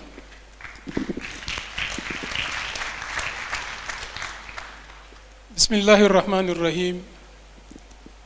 Wassalatu wassalamu ala Rasulillah Sayyidina Muhammad sallallahu alayhi wasallam. Distinguished guests and TAF icon Mrs. Satang Jau, Alhaji Mustafa Njai, the CEO, Mr. Yusuf Jau, and Mr. Chairman, good evening. I've had an opportunity to give a statement on many occasions in my life, in my career, but this one is a special one, and it really makes me feel very nervous. It makes me feel very nervous and very emotional at the same time. It is like going for an examination, the sort of feeling that you have. You don't know whether you are going to pass or you are going to fail. So why am I feeling that way? I am standing in front of my teacher, a special teacher for that matter, to make a statement. And you can imagine she's going to listen to me, she's going to correct me, she's going to say you have done well or you have not done well. That sort of feeling is not easy at all. When TAF approached me to make a statement on this occasion as testimonial, I hesitated. I told him I will not be here, I will be traveling. And because of that, but I thought again, this would be a wonderful opportunity to say thank you to somebody who has really impacted my life, and I will tell you how. Auntie Satang, as we call her home, or Mrs. Jau in the school, I came to have a first encounter with her in 1974. After my common entrance from Serekunda School, the goal for everybody at the time was to enter Gambia High School. As some of my Badibunka friends will say, Gambia la Karambumba. You want to be in Gambia High School. That was my objective. And she really played a crucial role to make sure that I enrolled in Gambia High School in 1974. And since then, not only stopping at enrolling in the school, she has played the role of a guardian for me, making sure that my conduct in school was exemplary, that my performance in school was good as well. Because I know eventually, if I misbehave in school, my family will get to know about it, and that will be trouble, for me. She was very encouraging to me. She taught me English, so you can understand why I feel nervous to speak in front of her. She was very particular about grammar. She taught me English language. She taught me English literature. She taught me oral English. So making a statement, you are picking from all of those elements that she has taught you. And as somebody who is very particular about grammar, I must make sure that I do not break any grammatical rule this evening. Mrs. Jau was also very particular about pronunciations, English pronunciations. I had some Badibunka friends in the class who were always in trouble They say policeman. He said policeman. Once you say, cut, you should have to say cut. That kind of pronunciation. The Badibunga could not adjust himself, to that. It was real trouble. But it was the learning process, and we all, benefited, from that immensely. Mrs. Jau was a person, I think, listening to her statement, this evening, we would have learned a lot, from that.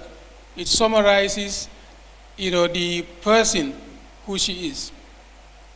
She was respected by everybody in the school, from the auxiliary staff, the students, the teachers. I've never seen anyone act, disrespectfully to her. We have heard from her. Respect is very important to her. She gives, respect, to everybody. And if you give respect to everybody, you command, respect from everybody. And this was what she was at Gambia High School. I've been in the school for 7 years, and I've never seen anyone, students, even the most boisterous or troublesome students, have any issues, with her. Not alone the teachers. Why was this? Because of the way she comported herself. I saw her as somebody who carried herself with your permission, my friend Ibn Dur. I would say she carried herself with ambassadorial dignity in the school. And this was, kind of an exemplary conduct and character for everyone, especially the girls. Just recently, a schoolmate who is a female, was telling me, in those days, Mrs. Jau would instill discipline in you without uttering a word, without telling anything. She just looks at you, and you will understand what it is. You will correct yourself. Those were for the girls, who will come to school, with their uniform not properly tucked in the sixth form, or they are not wearing the correct, footwear, etc. She will just look at you, and you will understand the language she's speaking. You will correct yourself, and without any issue. This was Mrs. Satang Jau. She has been an exemplary teacher. I've heard TAF say she was a normal teacher who rose through the rank. To me, this was not a normal teacher. This was a phenomenal, teacher. She was a great, teacher, not a normal teacher at all.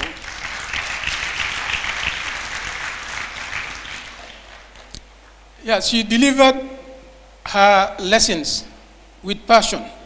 She was a very good communicator, a good listener, and a very emphatic, person, and very patient person also. I think we had summaries of all of those, in her statement, when she gave her statement. This was what she was. She radiated, with a lot of, confidence, and inspired a lot of, students, both male and female. She was, the role model for a lot of students, who went through Gambia High School. We owe her a huge debt of gratitude. Personally, I'm sure she must have forgotten about these details. She was not only my teacher, but my guardian.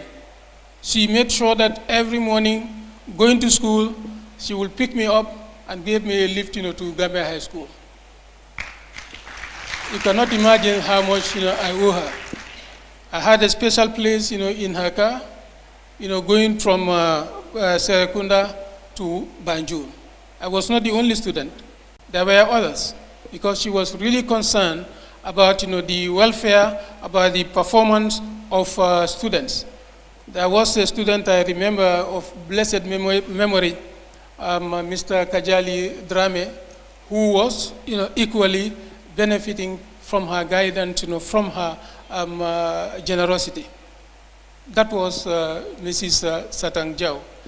I know there are many people, perhaps, if you ask them, to make a statement about her, it will never end, because she has impacted the lives of many. And God willing as well, moving from Gambia High School, she became Minister of Education. There again, continuing to impact lives of many people. The University of the Gambia, started during her time. We can understand the impact of such an institution in the lives of people of this country. Therefore, to select Mrs. Jau as a TAF icon, I think we could not have done a better selection. For that, I say thank you to Alhaji Mustafa Njai and the team for doing just a remarkable recognition of a person who is a tower in the educational sector of the Gambia, and who has impacted the lives of many people. I would like, before concluding, to say thank you to Auntie Satang for really having, the most great, impact on our lives. I'm saying this on behalf of myself and on behalf of many people who went through your hands at Gambia High School. I say thank you also, for really the effort you have taken to mold our character, to make us, what we are today. We have moved, from the shores of the Gambia to elsewhere, and we still carry with us what you have instilled in us. We cannot say thank you enough, for all what you have done, for us. We only ask Allah to give you good health and to give you long life, for us to benefit more and more from your inspirational, guidance, to us.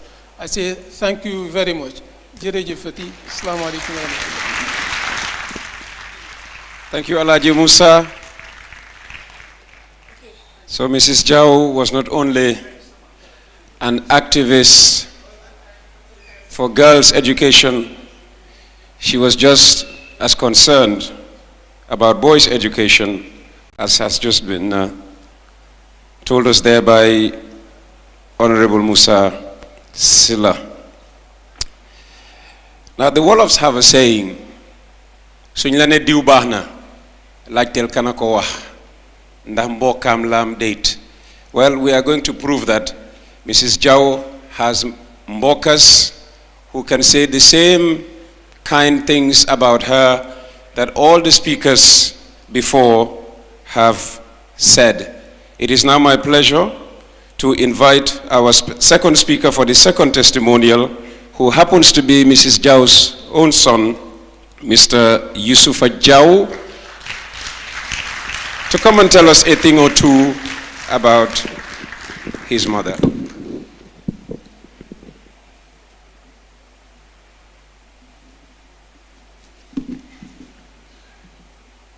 Hello everyone. So I hope you're all having a wonderful time.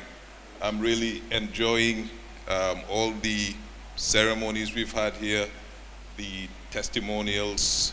This is very enlightening and very motivating. So I'm here to provide a testimonial for a wonderful woman, Satang Jau, my mother. I'm Yusufa Jau, her eldest son. And I must just say that my mother is a very tough act to follow. She really produced a barn-burning speech about education in the Gambia, and went really, it had a lot of breadth and a lot of depth, right? It was a wonderful speech. I'm speaking on behalf of my siblings.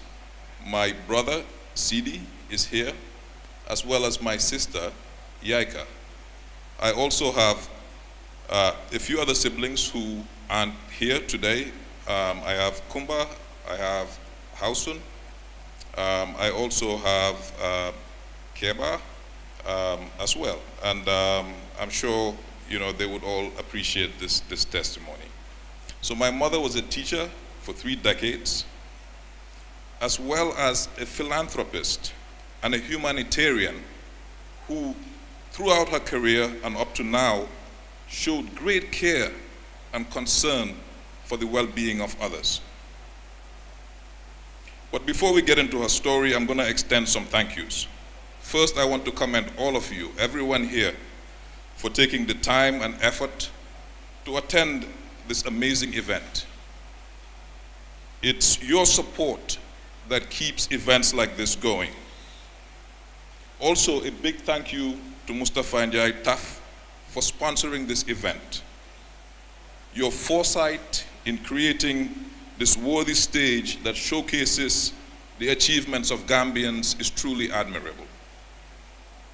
I must say that this event is an important one that plays its part in upholding the high value our culture places on a person's record of good deeds. When people purposely take actions for the betterment of another person or a whole society. And as the Wolof saying goes, nit limo jefla dulum wax. Or a person is measured by what he does, not what he says. This shows the importance of these values, and so accordingly we must try our hardest to live by them, and like TAF is doing today, recognize people who actually achieve something. And over the decades, my mother has made an outsized contribution to the value of being a doer of good. She was born in Banjul on Hagan Street, Bathurst at the time, the daughter of Hausun Semega Jammeh and Tunde York, both of blessed memory. Her origins included Soninke, Mandi, and Fuller settlers who came to live among the people of Banjul over 100 years ago. Her Soninke Sadahule home was from all accounts a welcome place for travelers and migrants who came to Banjul looking for an opportunity. And opening up one's home to these weary travelers and migrants was a true humanitarian act that my mother must have seen over and over again. So it is no surprise that one of her most consistent values has been helping people in tough situations. In fact, after writing A-levels in 1962, she pursued an undergraduate degree at Foro Bay College, from where she got a bachelor's degree. Now, just as fate would have it, a letter she received from the principal of the school at the time changed the course of her life. The principal said, "Your country needs your service." This was Gambia High, and she became a teacher and never looked back. You know, at this point, she could have chosen a variety of fields to work in, but instead she took the selfless route of becoming a teacher. And after a few years of teaching at Gambia High School, she proceeded to the UK to further her education. She returned to Gambia with a postgraduate degree and returned to teach at Gambia High School, where she spent the next quarter of a century educating thousands of students. Because of my mother's hard work, dedication to and love for the teaching progression, she progressed from teacher to senior teacher to assistant principal and then principal of Gambia High School. Her rise to the pinnacle of the school's leadership was well deserved. But even beyond just being an educationist, she cared deeply about the welfare of students and treated many of them like her own. In the most unassuming way, she helped many navigate their educational challenges by assisting them with things like transportation, school fees, exam fees, and moral support during these hard times. I think Mr. Silla provided a lot of testament to these acts that my mother did. And so, you know, because of this selfless help she offered many students, she's still revered by many of them today as someone who made a significant difference in their lives' fortunes. But she was an excellent mother too. And to us, her children, and to many others, true to our cultural traditions, not only did she raise her children, but she raised the children of many others. She raised the children of in-laws, of her own sisters, and others. Our house was always, a festive house. We had many children in addition to her own. She also brought the education mindset home, holding all of us, her children and everyone in the home, to very high standards. Everyone in her household was expected to work really hard in school, just like she had the same expectation of her students. And you had to bring in the results to match your hard work. But even more importantly, none of us, her children and the children she raised, ever lacked for anything. She was as hardworking at home as she was at school. No one woke up before she did. She was always the first one up, making sure that everyone was well prepared for the day, whether it was boiling a pot of water so that we could take a warm bath during the Hamatan, making sure that the uniforms were laid out and ready, or even being at the market before 7 a.m. on weekends when she wasn't at her day job. So she was constantly working hard, not only helping students, but also helping us at home. She did this day in, day out, year after year, until all of us left the home. She never missed a beat, and she was always consistent. My mother was an excellent moral example for her family. Everyone she raised saw firsthand how she treated all people with respect and a degree of empathy and care. She undoubtedly played an instrumental role in preparing all of us for life's travails.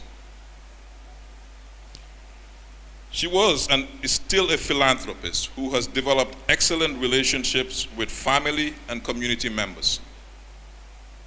Just as she did at school, she offered a helping hand to many, to the needy, to the people celebrating occasions.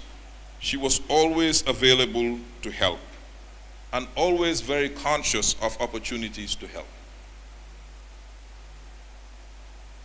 And these acts and social connections were vital in helping her navigate some rough waters when her husband, Charles Jau, passed away in 1994. During these challenging times, she acted as a stabilizing force for the family and for her children, and took on the role of the family's matriarch. She continues to play this role within her immediate family and the Yahya Jammeh family, where she is seen as a respected and influential leader by many.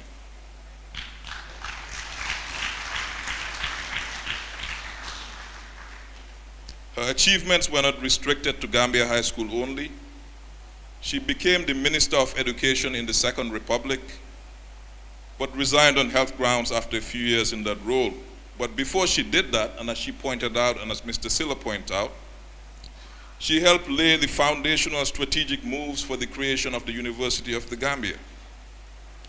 And after her role in the government, under the auspices of the United Nations, she joined the Truth and Reconciliation Committee in Sierra Leone, which had just suffered a brutal civil war where many people were killed and subject to human rights abuses.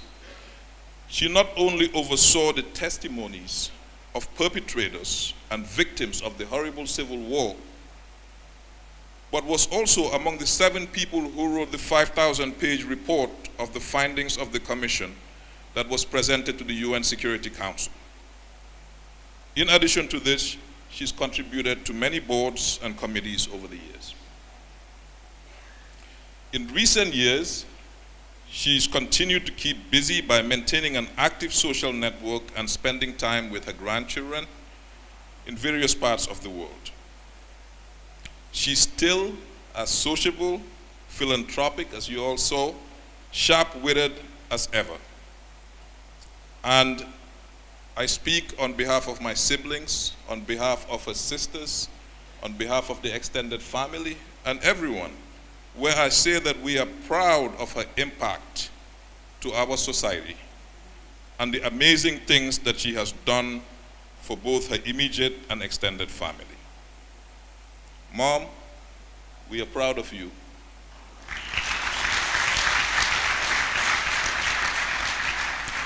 And we wish you continued success and good health. Well done.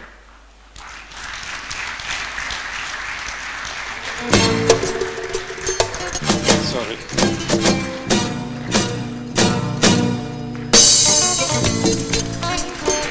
Oh, how sweet. Every parent craves this, to be in a situation like this and be praised by your own children. Well done, Yusufa. Nice to be appreciative. So we just heard there how kind Mrs. Jao has been. Now, as staff predicted, once we got to Timmy's time, a lot of people would want to pray, possibly our icon herself. So what we're going to do is, as it says on your program, we are going to take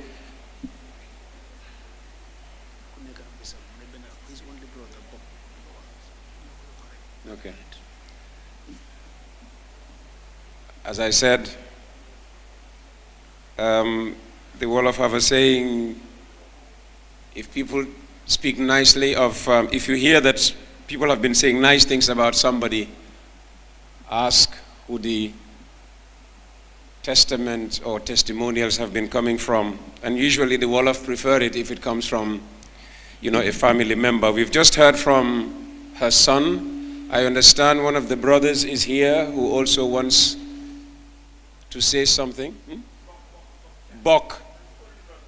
And that's the only brother. Bok Jao, are you around? Jammeh. Sorry. There he is.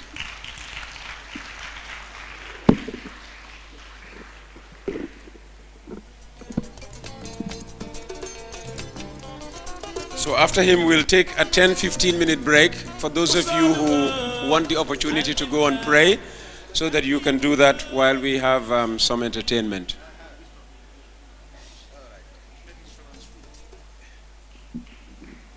Bismillahirrahmanirrahim. Alhamdulillahi Rabbil Alameen. Allahumma salli ala Sayyidina Muhammadin wa sallim.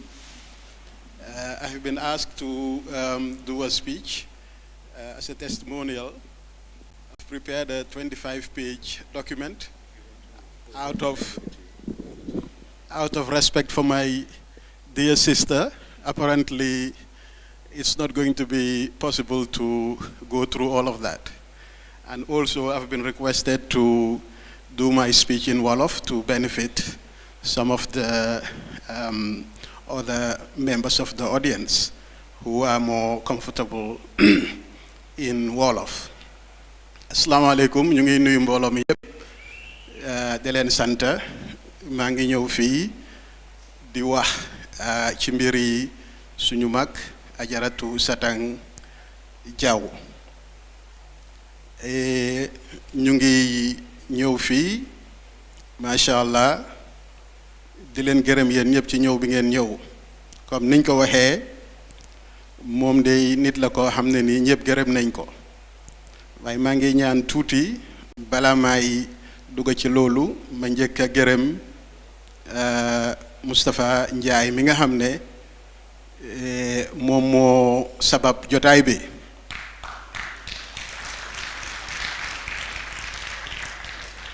ndax nit su la defalee teraanga lu yàgga nga gërëmuloo ko nga toog mu defalaat la beneen teraanga di teral sa mag war ngaa wax moom lim la njëkk a defal. Man maa ngi dellusi ci dëkk bi in 2008 to set up an architectural consultancy called Fenter Consultant Architects. And this man, Mustafa Njai, li muy def nii di yar xale yi on leadership, donte mu ngay wax ne foundation bi ak initiative yi mu ngi ko start bi mu amee 60 years, waaye jam bi ak pas-pas bi nekk na ci xolam lu yàgg. Ndax ñun in 2008 biñ ñëwee start ci dëkk bi ci affaire building mu gis suñ liggéey mu ne lii day lu rafet la mu ooñu invite ñu dina ak suñ yeneen nawle yoo xam ne ñoom tam ñu ngi startoon company si jamono jooju bokk na ci ñi moom Global Properties ak ñi moom Reliance Financial Services ak ñi set up Afrique Med Clinic mu ooñu yóbbu ñu dina laaj ñu suñu ay jafe-jafe jox ñu advice won ñu yoon naka la suñ bëggee successful ci dëkk bi su ko defee lii nekkut loo xam ne bu leet la ci moom waaye lu yàgg ci moom la su ko defee ñu ngi koy sant di ko gërëm. ñaareel bi suñu mag Ajaratu Sadang Jaw li ñu war a wax ci moom yépp wax nañ ko.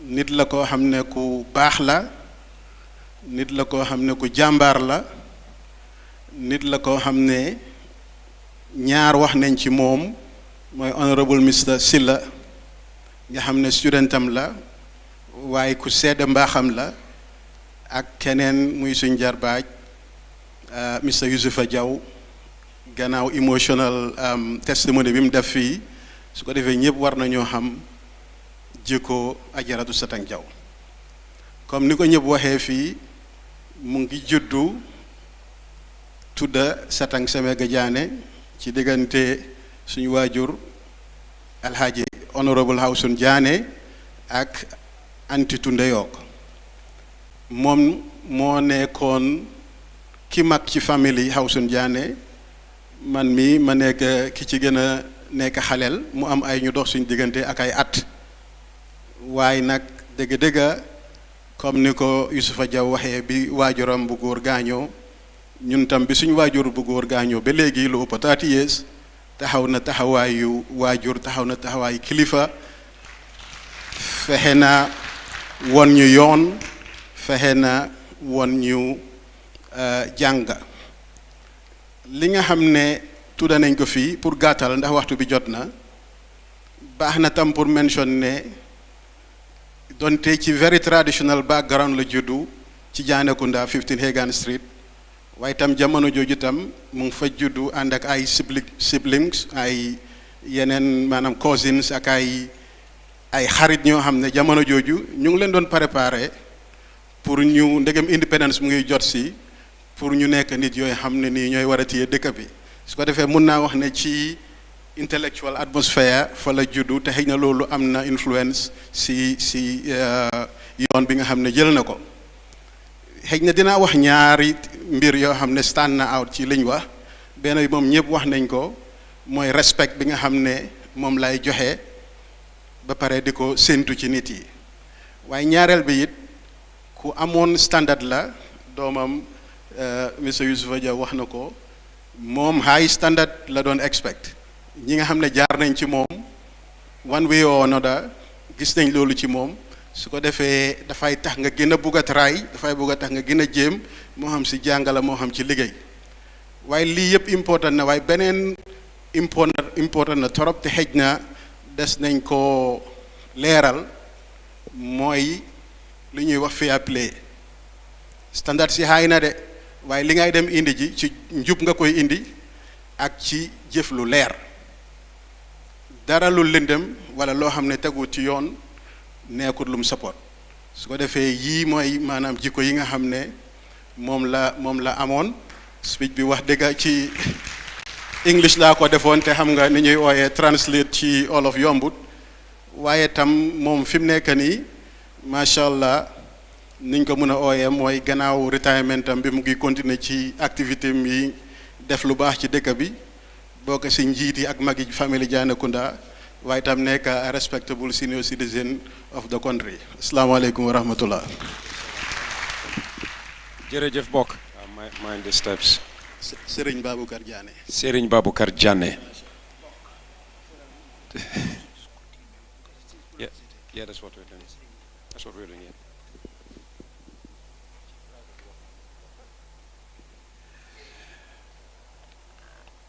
So, contrary to what it says on your program, we are going to continue, because the fear is once we take a break, that might be taken as a cue to leave the hall by some.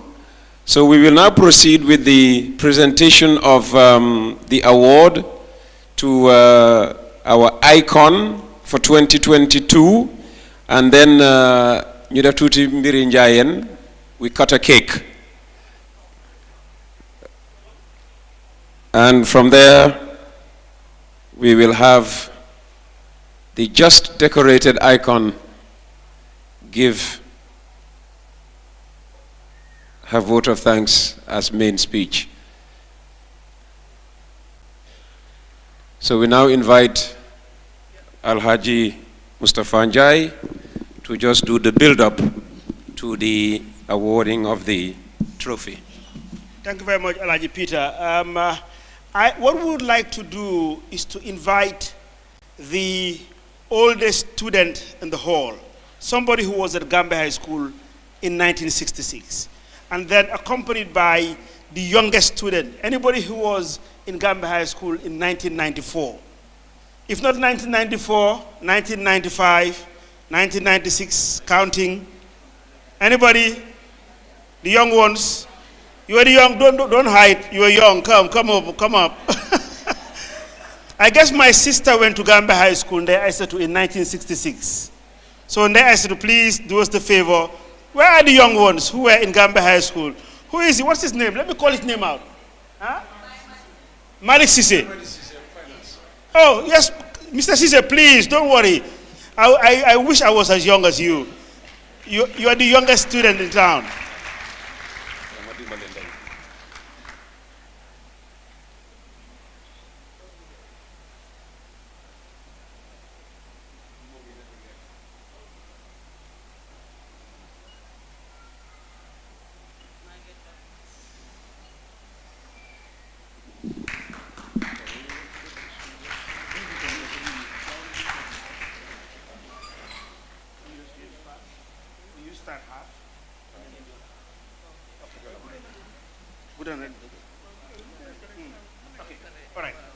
So we make the presentation because some have been sitting here for a while now.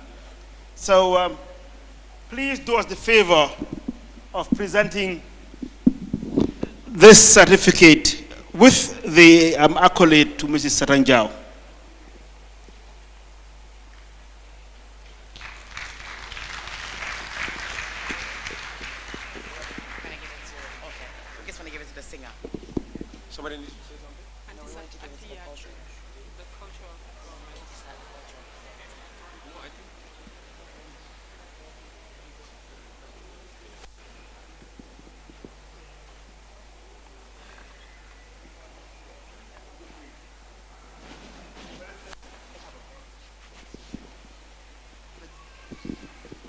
As the oldest, yes. Okay. This award is a token of our appreciation to Madam Satang Jau for being a matriarch, a compassionate philanthropist, and an education legend. Satang Jau was born in Hagan Street, Banjul. She's the daughter of Hausun Semega Jane and Tunde York, both of blessed memory. Her family was the first of Soninke Mande descent to settle among the Wolof, mixed race, and Creole in Banjul, then Bathurst. She attended St. Joseph's High School, where she distinguished herself as an outstanding student, consistently topping her class during this time. From St. Joseph's High, she proceeded to Gambia High School, which had just been formed in 1959, where she sat her A-levels in 1962.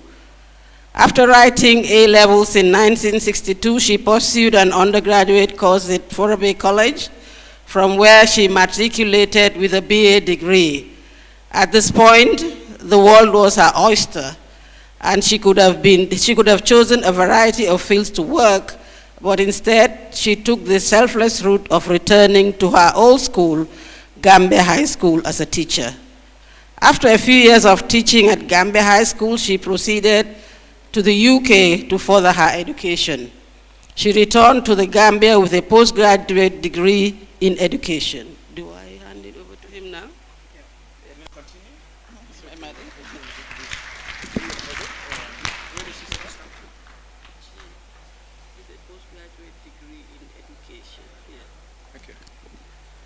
Auntie Satanjau returned to teach at Gambia High School, where she spent the next quarter of a century educating thousands of students. Because of her hard work, dedication to, and love for the teaching profession, she progressed from teacher to senior teacher to assistant principal, and then to principal of Gambia High School. Her rise to the pinnacle of the school's leadership was well deserved. But even beyond being just an educationist, she cared deeply about the welfare of her students and treated many of them like her own children.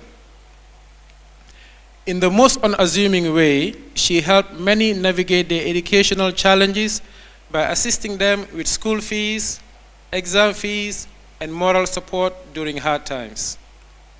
She quietly did all of this. In most instances, even her family wasn't aware of her numerous acts of philanthropy at school. Because of the selfless help she offered many students, she is still revered by them today as someone who made a significant difference in their life fortunes. She was and still is a philanthropist who developed excellent relationships with family and community members. Just as she did at school, she offered a helping hand to many, whether to the needy or people celebrating special occasions, such as the christening ceremonies and weddings. Her social connections and philanthropic acts were vital in helping her navigate some rough waters when her husband, Mr. Charles Jau, passed away in 1994. During these challenging times, she acted as a stabilizing force for her children and took on the role of the family's matriarch. She continues to play this role within her immediate family and the great Jane Kunda family, where she is seen as a respected and influential leader by many. Her achievements were not restricted to Gambia High School only. She became the Minister of Education in the Second Republic, but resigned on health grounds after a few years in that role. But before she did, she helped lay the foundational strategic moves for the creation of the University of the Gambia.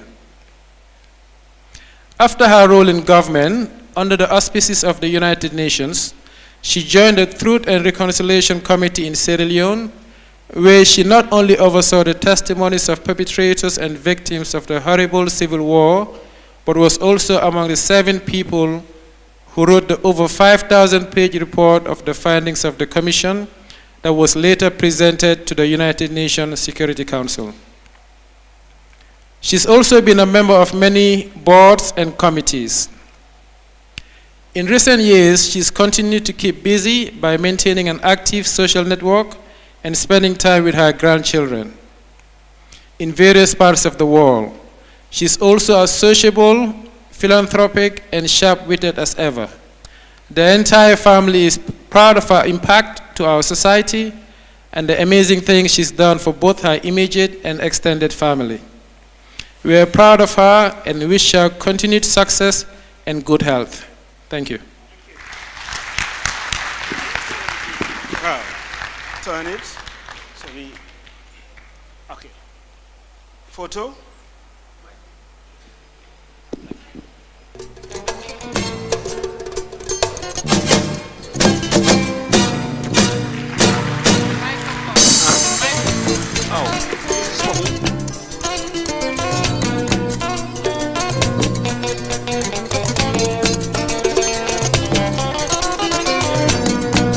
Musolwa, Alimba, Gambia Musolwa. All right, this.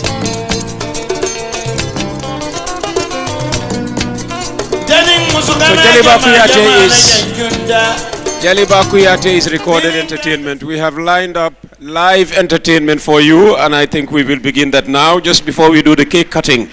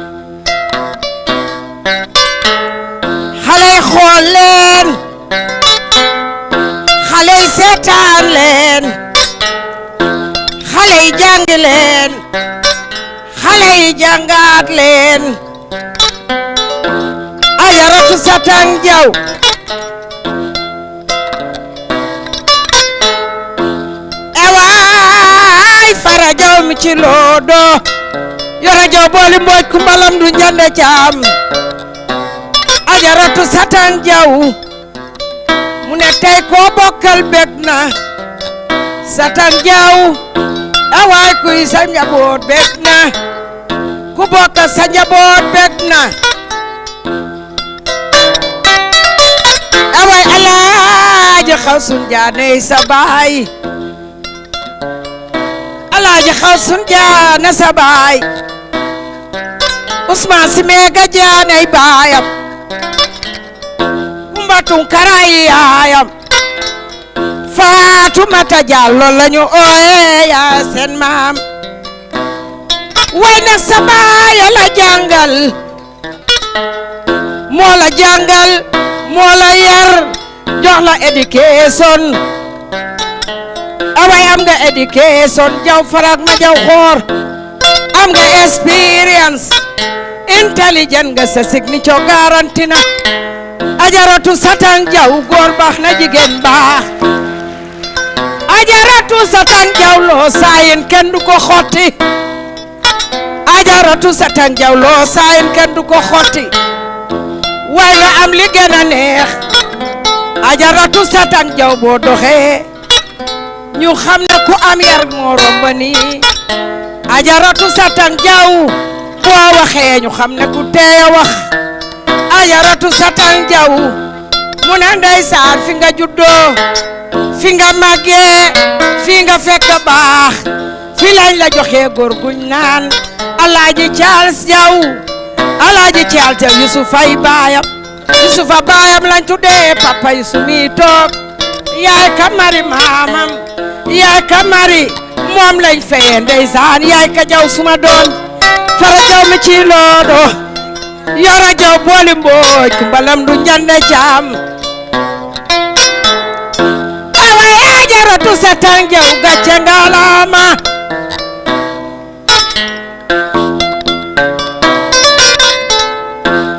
Ajaratu Satan Jaw gàcce ngalaama jaaraama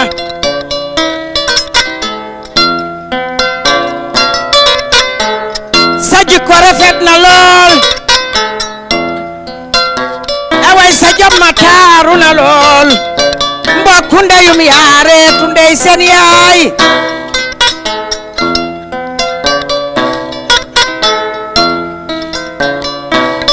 yi ma yow ma anda ko gonda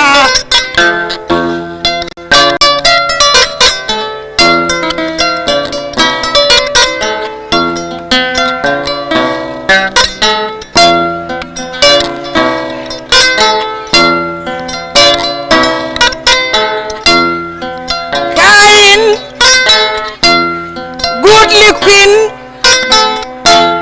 generous and cheerful. Barkalla ajaratu Satan jarama. Wa fo ma def ci angale nda education da ka fi tokke.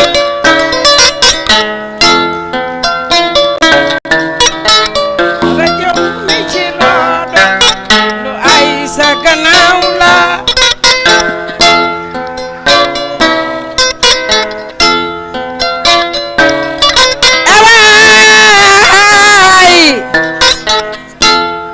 Waaw njaween dafa ñëw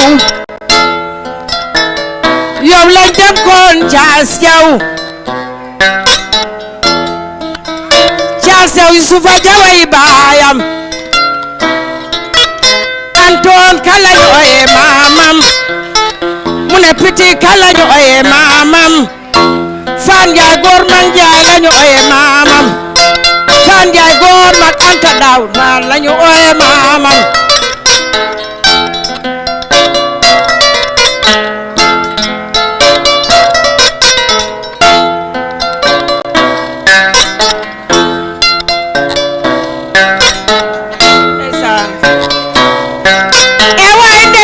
mu ne fi muy seyee mu ne ba Caas dee ba léegi kenn bàyyiwu ko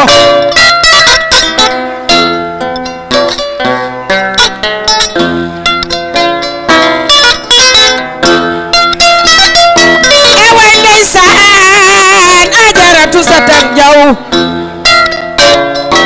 mu ne ba ngay xaleel nga fi ñëw ba ngay xaleel nga fi ñëw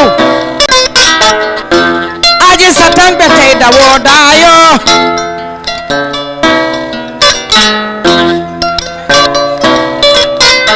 aji Satan ne borom yi bàyyi wuñ ko njëkkee mi bàyyi wuñ ko mu ne ba Caas dee ba léegi yéen a nga ànd ak moom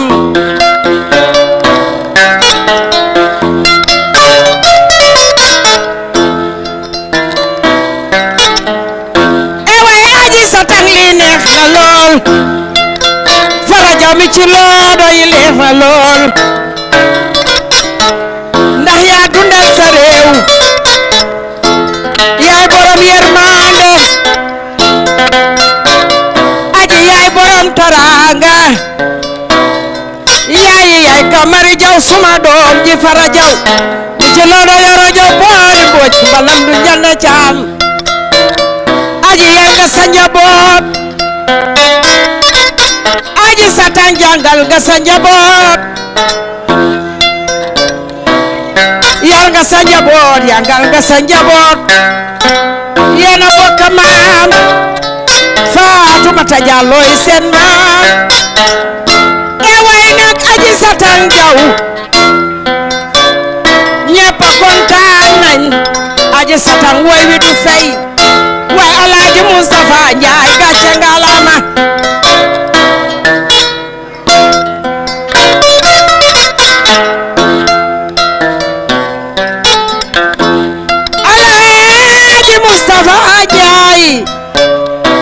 Alaaji Mustafa Njaay gàcce ngalaama Alaaji Mustafa li nga def Njaay cuune munu ko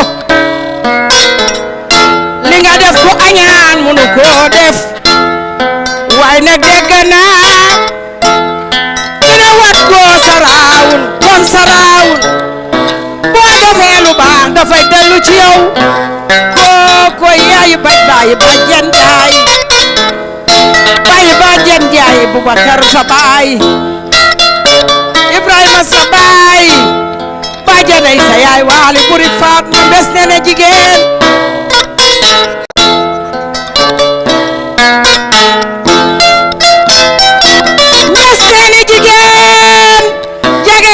jigéen Lamin Baara yaay Satu Njaay ay tubaama ma fayoon ne ma dem rajo Gambia mu ne ma woy la yaa fi njëkk a nekk indi na bu jigéen ci Gambia waaye nag li ñu am Banjul buñ ko foyee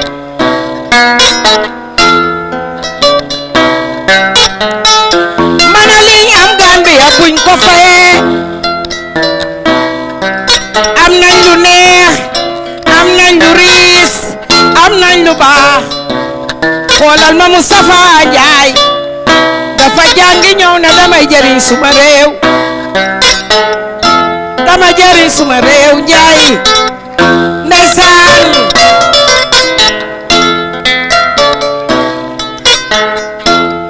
way ma yow ma anda dogonda yow ma taw aw ma anda kogonda mbooloo mi balal leen ma Alaaji Moustapha Ajaratu Satang dafa am lu mu wax Aji Satang fii la juddoo ci woy wi wax la dama wax ne ñu mel ni moom fa tubarkalla ak dëkk bi ku fi def lu baax Alaaji bu Moustapha jërëjëf Njaay yow sa réew du dee sa réew du géey sa réew du des gannaaw ndax lii tey kenn du ko fàtte Satang woy wi du fay xale ndaw yu ku ko seetaan sax xam kuy Satang ku ko seetaan xam li Satang liggéey ku ko seetaan xam fi Satang jaar kon nag Satang ne mu ngi gërëm mu ngi santa gërëm na Moustapha santa na ko ñaanal na ko waaye nag mu ngi gërëm sëyukaayam bi bim gërëmee fameem kenn xeebu ko kenn yabu ko kenn desalu ko gannaaw waaye nag fiñ ko joxe woon mu sëyi Alaaji Charles yow fa tubaarkàlla jàngakat bu mag ba masàllaa àndaa xam-xamam ba yóbbu dem yowmal xiyaam mu ne kuy bokkaam mbaa kuy bokkaam mu Satang ne tey bég na ci Moustapha waaye bég na ci ay famille ni ngeen toogee nii rëy na ci moom kontaan na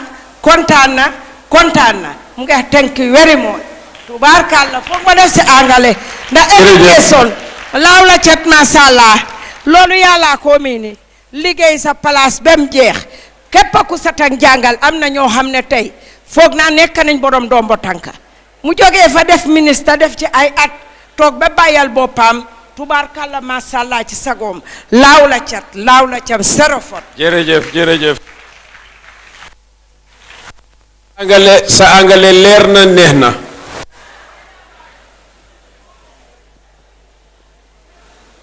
now throughout the night I have worked only with microphones.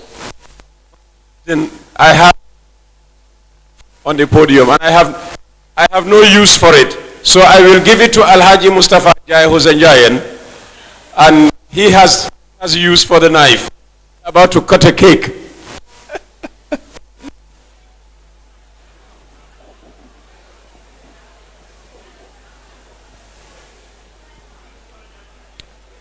So the newest TAF icon in town, flanked by Alhaji Mustafa Jai and Yusufa Jao the son, will cut the cake together.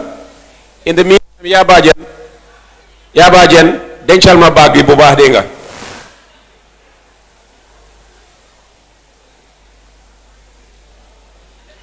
So is it after a count of 3? Okay. Anta, you want to take over?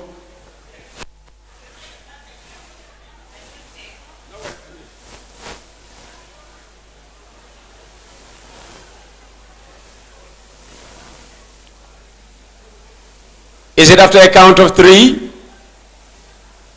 1, 2, 3.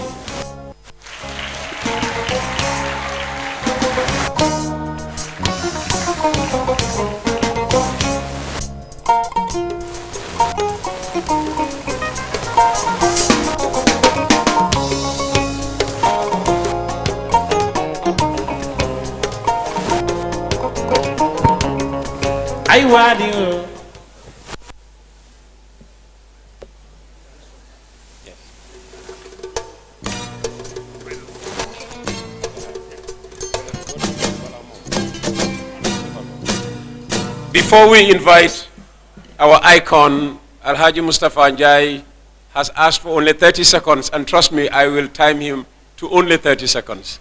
Thank you very much, Alhaji Peter. I think since Mrs. Jao asked that Bok, spoke in Wolof, why don't I speak in Wolof? And the reason why I'm saying so, there's something that is very important in our culture that that I want these young ones to maintain. And this is... Young ones at the back, please. Young ones at the back. Can you return to your seats? Whatever is happening there, can we suspend it? Is it what? Can we suspend the issuing out of certificates while we continue with this? It's part of the program. foog naa dinañ continuer rek Alaaji Peter li ma bëgg a wax rek mooy gërëm waaye am na koo xam ne gërëmuñ ko te dama bëgg a wax suma digganteeg moom pour nit ñi xam lu tax may koo beral loxo Alaaji Peter Gomez dañ juddoo Banjul tey dafa am yu bari yu dee xew nit ñi di xaajaale si xeet di xaajaale si diine di xaajale si lu bari ñun ñi raw Banjul xamoon nañ ne Banjul amul xaajaale ak seen amul kii chrétien la amul kii olof la amul kii soose la amul kii pël la Alaaji Peter Gomez suma kóllëre la li tax mooy time bu ñu amee programme su ma ko koolee ne ko dañ bëgg nga MC ko du ñu yónnee bill du ñu caaj lu mu jàppoon bàyyi ko ñëw ne yow loo ma laaj rek ma defal la ko bon nit su la defalee loolu mu MC lii yëpp rafet mu jaar si yoon jar na moom tamit ñu beral ko loxo ne ko jërëjëf thank you.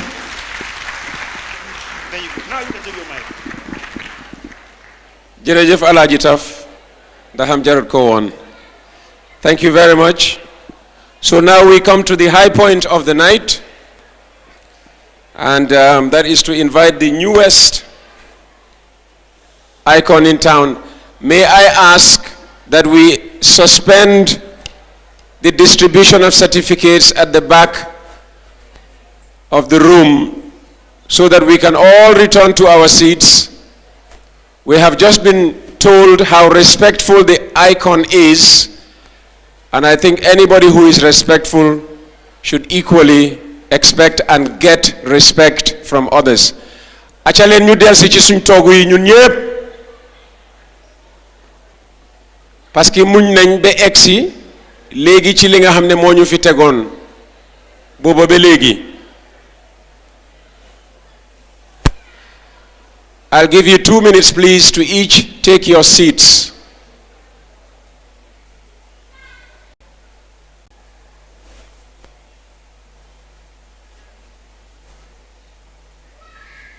waaye yéen nag ñu déggan digal ngeen jërë ngeen jëf ñu jox leen 1 minute su ko defee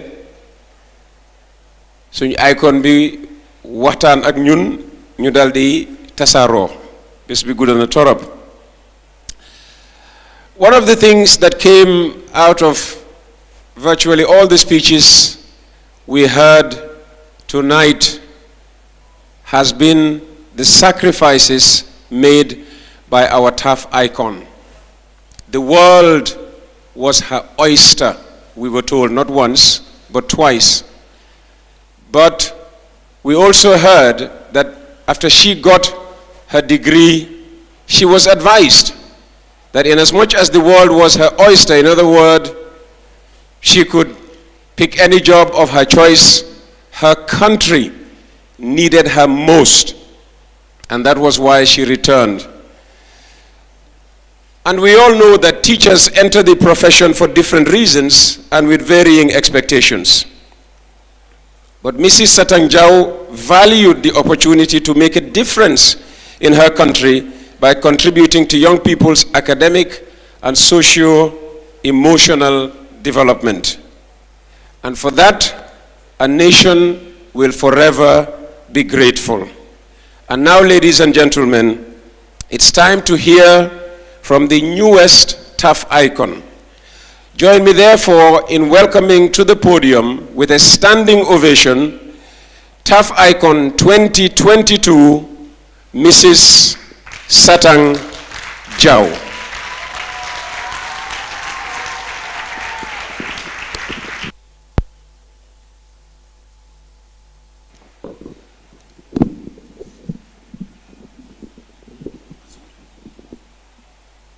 Good evening once again, TAF Global our able MC, chairperson, Mr.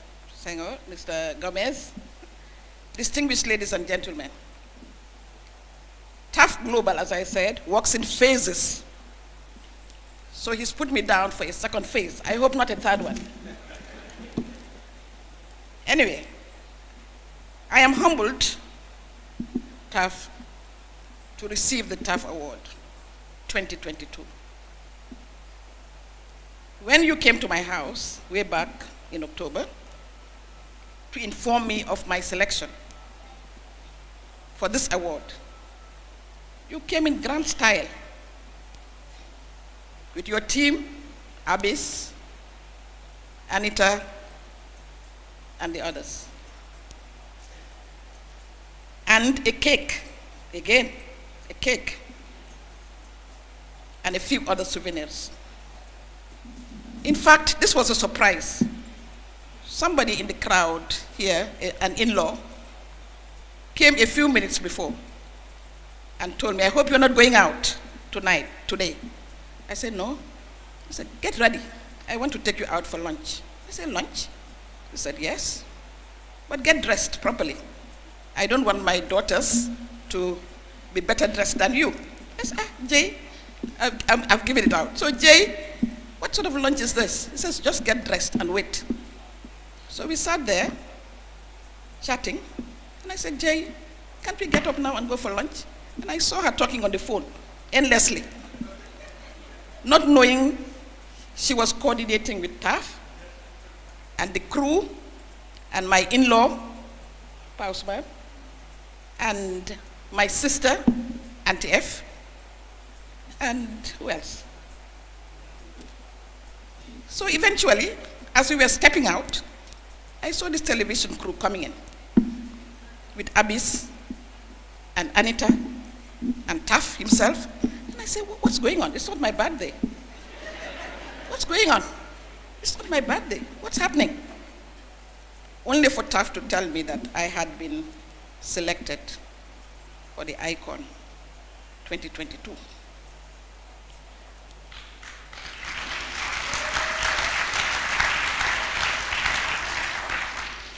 We had quite an evening there. We sat there in my veranda, we chatted, we talked. I think it was shown on TAF Hub. You call it TAF Hub? And a number of people called me to congratulate me. TAF, wasn't that enough? Wasn't that enough? That was enough of a celebration. But what TAF told me was, Mrs. Jau, I love to celebrate. This is not celebration. This is just, I love hell. That's how he put it. I love hell. So this is just the start. This is just the tip of the iceberg. We're going to celebrate you in a grander way come December. And this is why we are all here today. TAF, once again, thank you very much for selecting me. There is a quote in English which says, a mighty oak is nothing without the solid ground to grow and gain nurture from. I stand here in gratitude to the Almighty Allah, without whom nothing is possible. I have stood on the shoulders of many to get to where I am today. My parents, especially my late dad, I mentioned him in my keynote address, H.O. Semega Jane, who believed in the education of the girl child and sent all his 7 daughters. I told you he had 7 daughters, one after the other, before the 2 boys came on. And he believed in sending his daughters to school. My gratitude also goes out to my grandmother. My grandmother raised me up. She was the matriarch of the family, Kumba Tunkara. And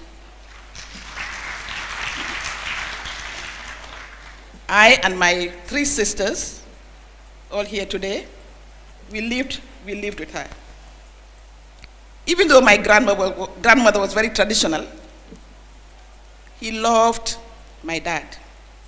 My dad was his chat. And whatever my dad told him, whatever my dad told her, she would take it.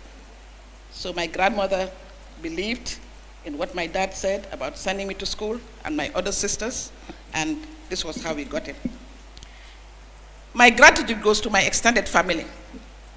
I always say our household in 15 Hagan Street was a village consisting of the original Semega Jammeh. Usman Semega came, Yusufa has just mentioned it, from Kahaidi in Mauritania, way back, and settled here, and his nephews came, his nieces came, and he built quite a solid family here. The Quaitas, the Bacheles, the Mangasubas, the Galedos, and in the end, it wasn't just Sarahules. We were a family which believed in intermingling and connecting with other tribes. So nowadays, apart from the Semegajanes and the Bacheles and the Quaitas, our families have the Gomezes, the Jalos, the Fals, you name it. We are a family of all tribes. The Jolas, you have them all in our household. And this we owe to my grandfather. We were young when my grandfather died, so we know more of my grandmother. And they believed in extending the family, not the nuclear family we know of.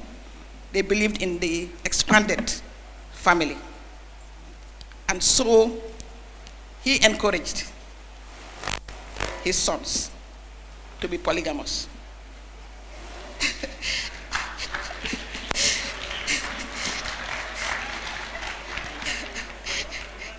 To marry as many wives as possible. Sorry for those who don't want co-wives. My apologies. My apologies to those who don't want co-wives. But he believed in extending the family and encouraged his sons to marry as many wives as possible. A special tribute to my late husband, Charles C.S.Y. Jau, who supported and nurtured me the whole period of my marriage to him and my career. When I was offered a ministerial job by the military government in 1994, I was hesitant to accept the position. But he encouraged me. And I still remember his words. You are going out there not to work for them. You are going to serve your country. So take the job.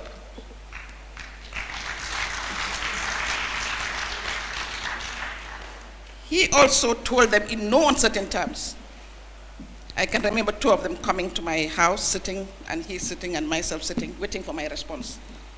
And he told them in no uncertain terms to assure him of my security and my safety.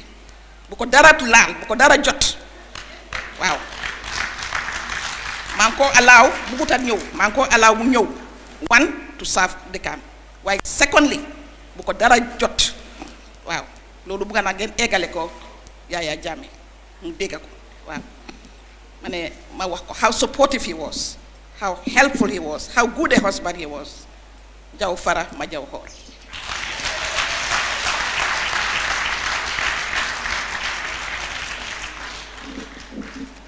I also wish to acknowledge the love and support of my children. Yusufa, Yaika, Keba, Kumba, Hausun, Sidi. If you are around, can you stand up? Yusufa is around, Yaika.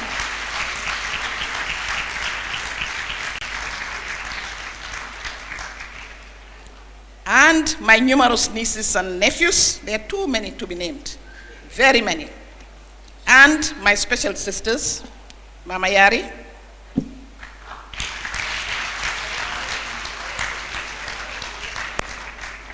Fatou Jane. We have two Fatus. One lives in Senegal, so we call her Fatou Jane Tengej. She came over especially for this occasion. Then we have another Fatu, Fatu Malik John, that's how we call her.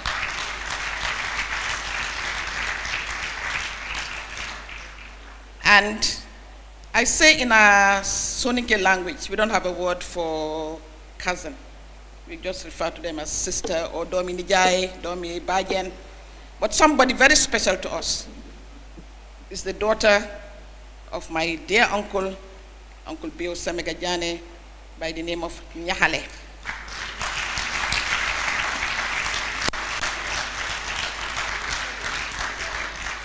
Nyahale is our dear sister. She's always with us.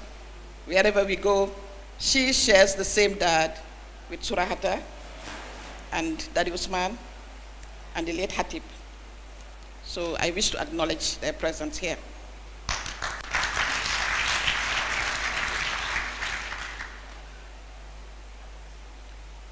I want to acknowledge the support of my Fajara neighbors. We are no longer neighbors.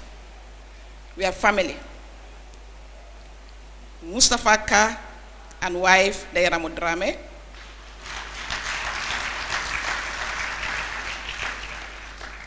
the late Seni Dabo of Jahali Pachar and Auntie Mariam, the late Kekotomani and family,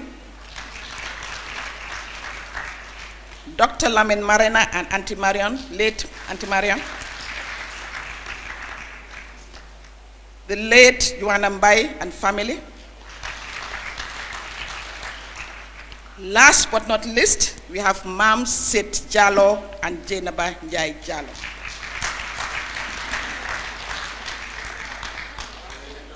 Them Abdegan. Mam Sit Njai, Mam Sit Njai. And Jenaba Jalo Njai. Jenaba Jalo Njai.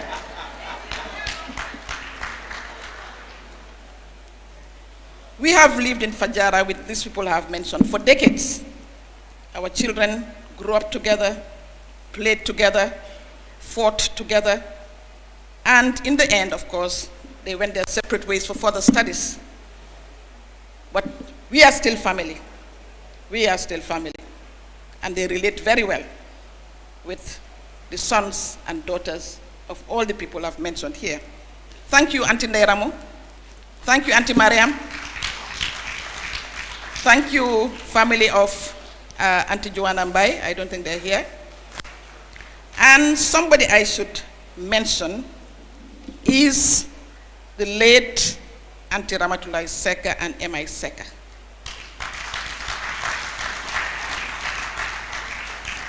Auntie Ramatulai was my friend, older than me. They were our mentors. M.I. Seka was very close to my late husband. And we were always together, always together. I remember our New Year's Eve's parties. We were always together and danced throughout the night. And I'm happy to say that up to now, Emma is no longer around, Auntie Ramatullah is no longer around, but their memory still lives on in their children. And today we have Aissata Seka, son, daughter of the late M.I. Seka and Ramatullah Seka. I also want to call out on the unsung heroes in the educational establishment, current and past, especially the teachers and the assistants. I have here with me two of my very dedicated sectors when I was principal, Mari Jain and Amikole Sar.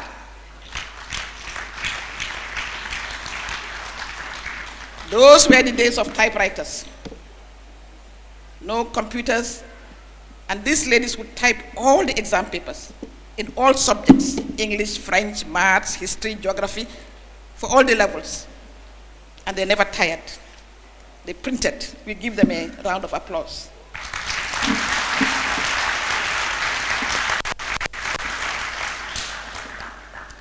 They have retired now, but still active in areas of philanthropy and social affairs.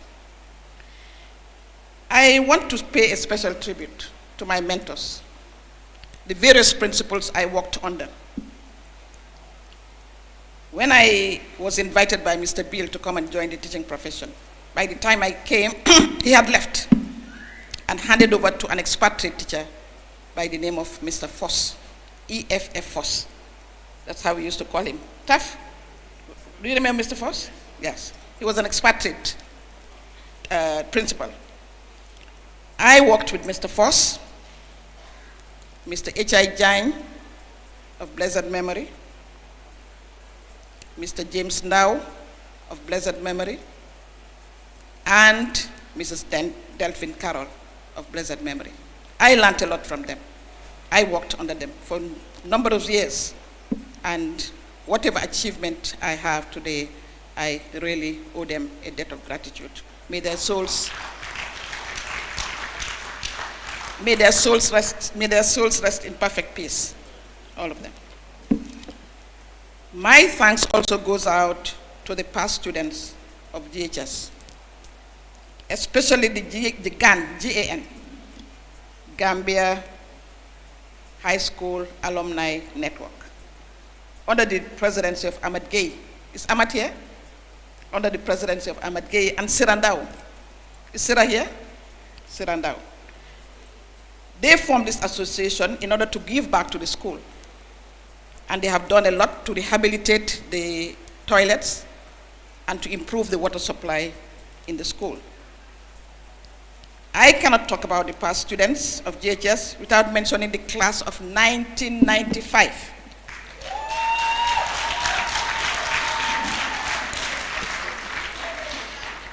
Under the leadership of Bai Madi Sise.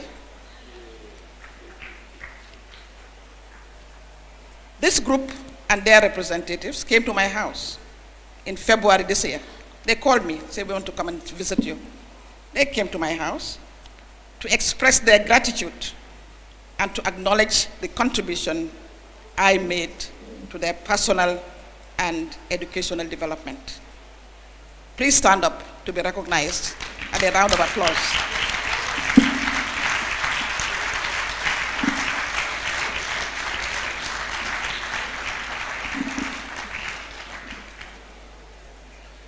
Many of them are abroad, but I was able to speak to them on that occasion online. Madi, by Madi, Rugi, and bad names, and the rest. Thank you very much for acknowledging me. You paved the way for what I'm enjoying today. You paved the way for the TAF icon. And you did it in a quiet way. You didn't want me to celebrate. You didn't want to celebrate it. You didn't even want to put it on Facebook. But once again, thank you very much. And I wish you all the best in whatever you do.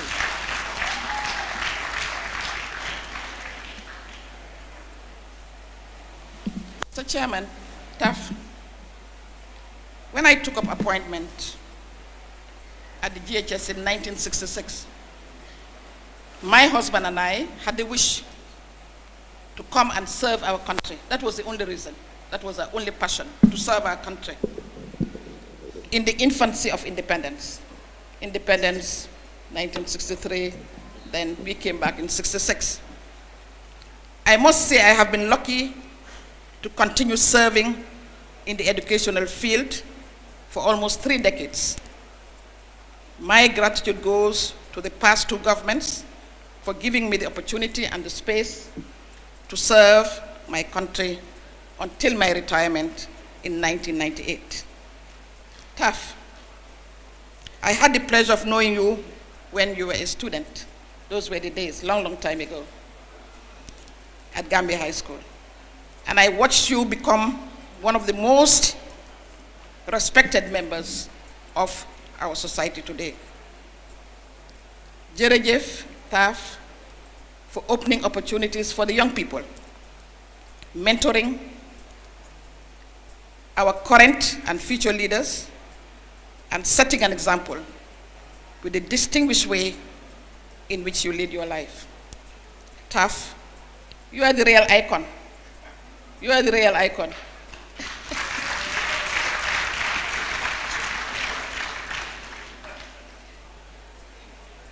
I also want to take this opportunity to thank Peter. You've already done it. He's done a wonderful job.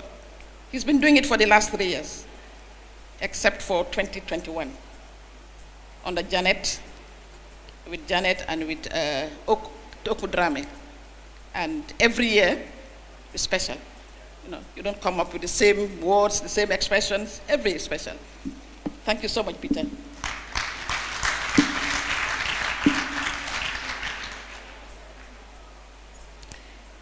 TAF, I dedicate this award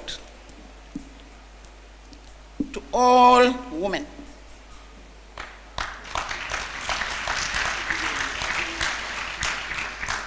Past and present. The women out there in the fields, the women out there in the market, everybody. I share this TAF icon with you. Distinguished ladies and gentlemen, we appreciate your presence and participation in this memorable extent, in this memorable event. And I want also to acknowledge the support given to us by the proprietors of this hall of Paradise Suites, Amilet and her husband, Momodou Ndao.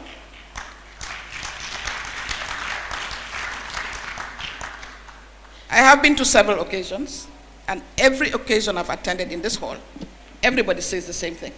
So it's a reality that they are by the Faliala. They are by the Falialas. You come here with a good cause, they don't charge you. You come here for entertainment and other things, that's different. But this is not commercial. This is a social thing. This is a worthy event to be celebrated, and most of the time, Ami and her husband give out this place free of charge. Ladies and gentlemen, once again, I thank my family. I wish I could name them all. They're all on the side of the hall, and I want to acknowledge the presence of my husband, my grandson, or great-grandson, Dauda Kaya, on the side.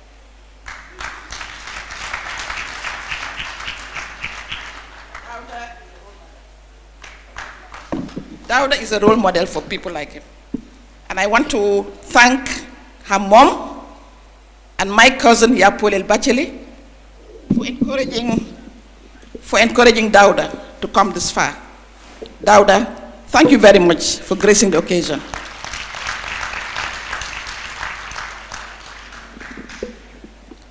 Ladies and gentlemen, all I can say at this stage is Jerejef, Jerejef, Ala Baraka, thank you. Sarahule Nawari and my Aku Fambul Unakushe. Unakushe, thank you very much for everything. Ladies and gentlemen, your icon 2022.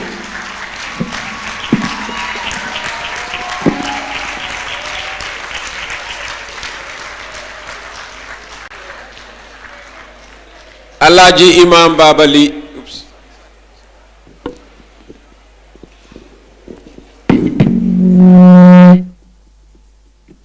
Olof Njaay daf ne ku lim juum o doo mutali. Ngeen balal ma aha. Dama war a gërëm ñi ma may jabar. Ñi may suma doom yi jabar. Ak ñi sey suma doom yu jigéen yi. They have made a difference to my family and my life. I would want to start off with Pa Usman Jai, right now in Sierra Leone. He was with us when TAF came to my house to announce, but unfortunately, he couldn't make it today. I wish to acknowledge also my other in-law by the name of Momar Jeng, son of Al-Haji Hassan Jeng and Mam Nabo Jeng. Mam Nabo is here to deputize for her son and my daughter. I also want to recognize Emily Jang.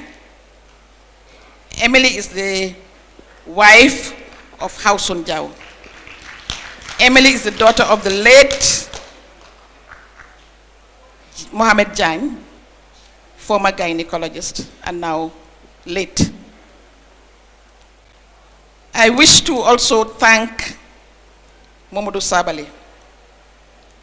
Mamadou Sabali is the husband of my favorite niece by the name of Ida John Sabali. They're here right in front of us.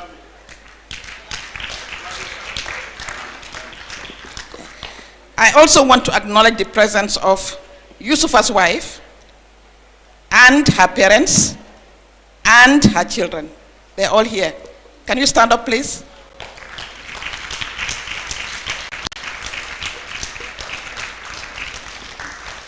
That's Yusufa's wife, Hadi. Then you have her mom, Agatha Jao. Then you have her stepdad, Sam. Then you have the three kids behind, Charles. Then you have Mam Marie. Doesn't want to be called Mam Marie. She always wants to be called Yaika. Even in America, don't call me Mam Marie. Call me Yaika. Yaika. Is Yaika around? Yeah. And last but not least, our favorite young Agatha. Agatha.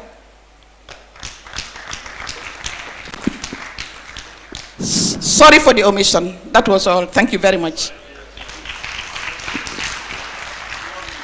Thank you very much. One more time, your icon 2022, please.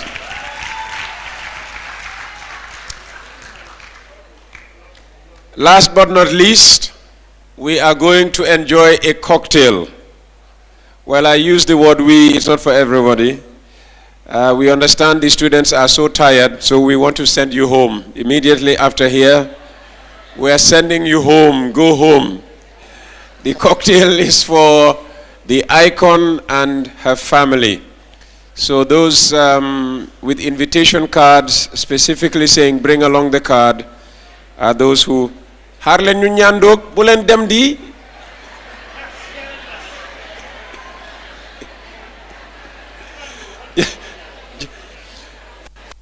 léegi ñu invite Imam Alhaji Makhtar Babali mu ñëw jiite ñu ci ñaan yi moroon a ñaan ubbee ko jotaay ji xawma fan la demoon ba guudee su ñëwee fii loolu laa bëgg mu njëkk a ñoo wax fan la demoon. Assalamu aleykum wa rahmatullah. li alquran di wax ne xitaamuhu miskun wa fi zalika falyatanafasil mutanafisun. yàlla mu ne mujjental gi misk dafa xeeñ liskoloñ bu neex la moo tudda misk ñoom tafa xam nañ ko mu ne mujjentali jotaay bi misk la yàlla ne falyatanafas na ngeen rawante mutanafisun yéen way rawante kat yi pour àgg ci ngeeneel loolu mooy aji satang jaw jëfam yépp gis nañ ko tey tënka nañ ko won nañ ñu ko mu rafet neex ni misk kon ñun ndaw ñi des dañ war a rawante pour am lu mel nii te jàng nañ ci jotaay bi ne li ko mee mooy déggu muñ doylu am kersa respect ñëpp loo bëggul ku la ko def bu ko def keneen loo bëggul ku la ko wax bu ko wax keneen te ñun ñi fi toog yépp ku xam aji sataw jaw walla nga dégg ko xam nga ne jayuñ ko dañ ko tagga olof dafa am lu mu tuddee jay ak lu mu tuddee tagga mooy gërëm la ci lu baax li nga def jay mooy tuumal la loo deful lu baax ngay jaayu boo jaayoo rek ma ba yàlla nañu ci yàlla musal waaye Peter Gomez li nga wax dëgg la war naa wax fi ma ne woon balaa maa ñëw yàlla xam na ne dama ragal taf moo tax ma ñëw su ma ko ragalutoon du ma ñëw dama nekkoon ci jotaay defaraat sëy boo xam ne dangay lay di wax rek muy gën a yàgg waaye alhamdulillahi baax na waaye taf xeexkat la xulookat la te man antanuma yooyu léegi kon ñaan bi ñu njëkkee ko baax na waaye ñu mujjee ko sax a génn ndax yónnent bi daf ne al umuru bi xawaatimuha mu ne mboolem mbiri yàlla bu ko àtte ca doorin ba mbir mun naa door mel neneen waaye mujjental ga am solo kon ñu ngi ñaan yàlla nañu yàlla may mujj gu rafet ñu ngi ñaan yàlla réewi Gambia yal na ko yàlla sàmm ñu ngi ñaan yàlla xale bu jaar ci daaray TAF yal na ko yàlla def mu barke mu mel ni TAF waaye ñu ngi ñaan yàlla it yàlla dolli TAF ba mu yëg ko lim mun ren mu mun lu ko ëpp bi jaahi rasulullah sallallahu alayhi wa sallam waaye ñu ngi ñaan yàlla képp ku fi teew tam bu ko rëccu ñu ngi ñaan yàlla mi nga xam ne dara teewu ko yal na yàlla barkeel suñ xam-xam allahumma allimna ma jahilna wa zakkirna ma nasina wa allimna ma yanfauna wanfa'na bima allamtana ya rabbal alamin اللهم أرنا حقا حقا وارزقنا اتباعه وأرنا باطلا باطلا وارزقنا اجتنابه بحرمتك وبعزتك وبكرمك يا أكرم الأكرم يا رب العالمين سبحان ربك رب العزة عما يصفون والسلام على المرسلين والحمد لله رب العالمين فاتحة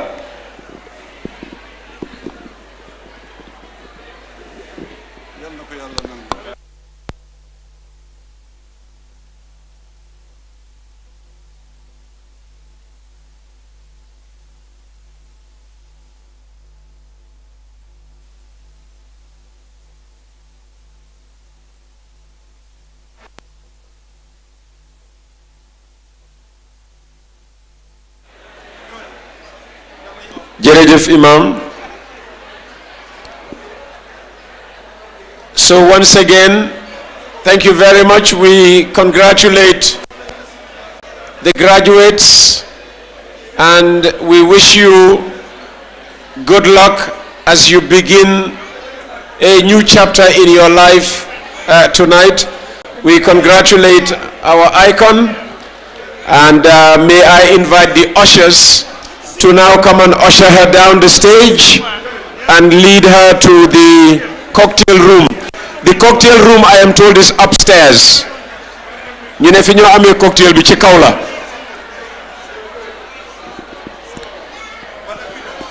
Alaaji ma.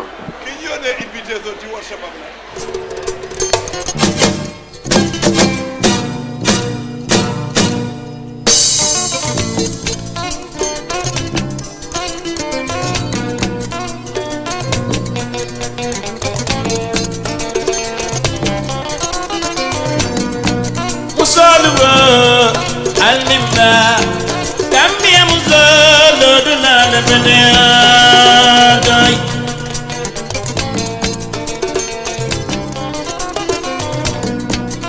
Daning musugan da Senegal fanan President Musumao Vivian Wada ولا زل بتاجنا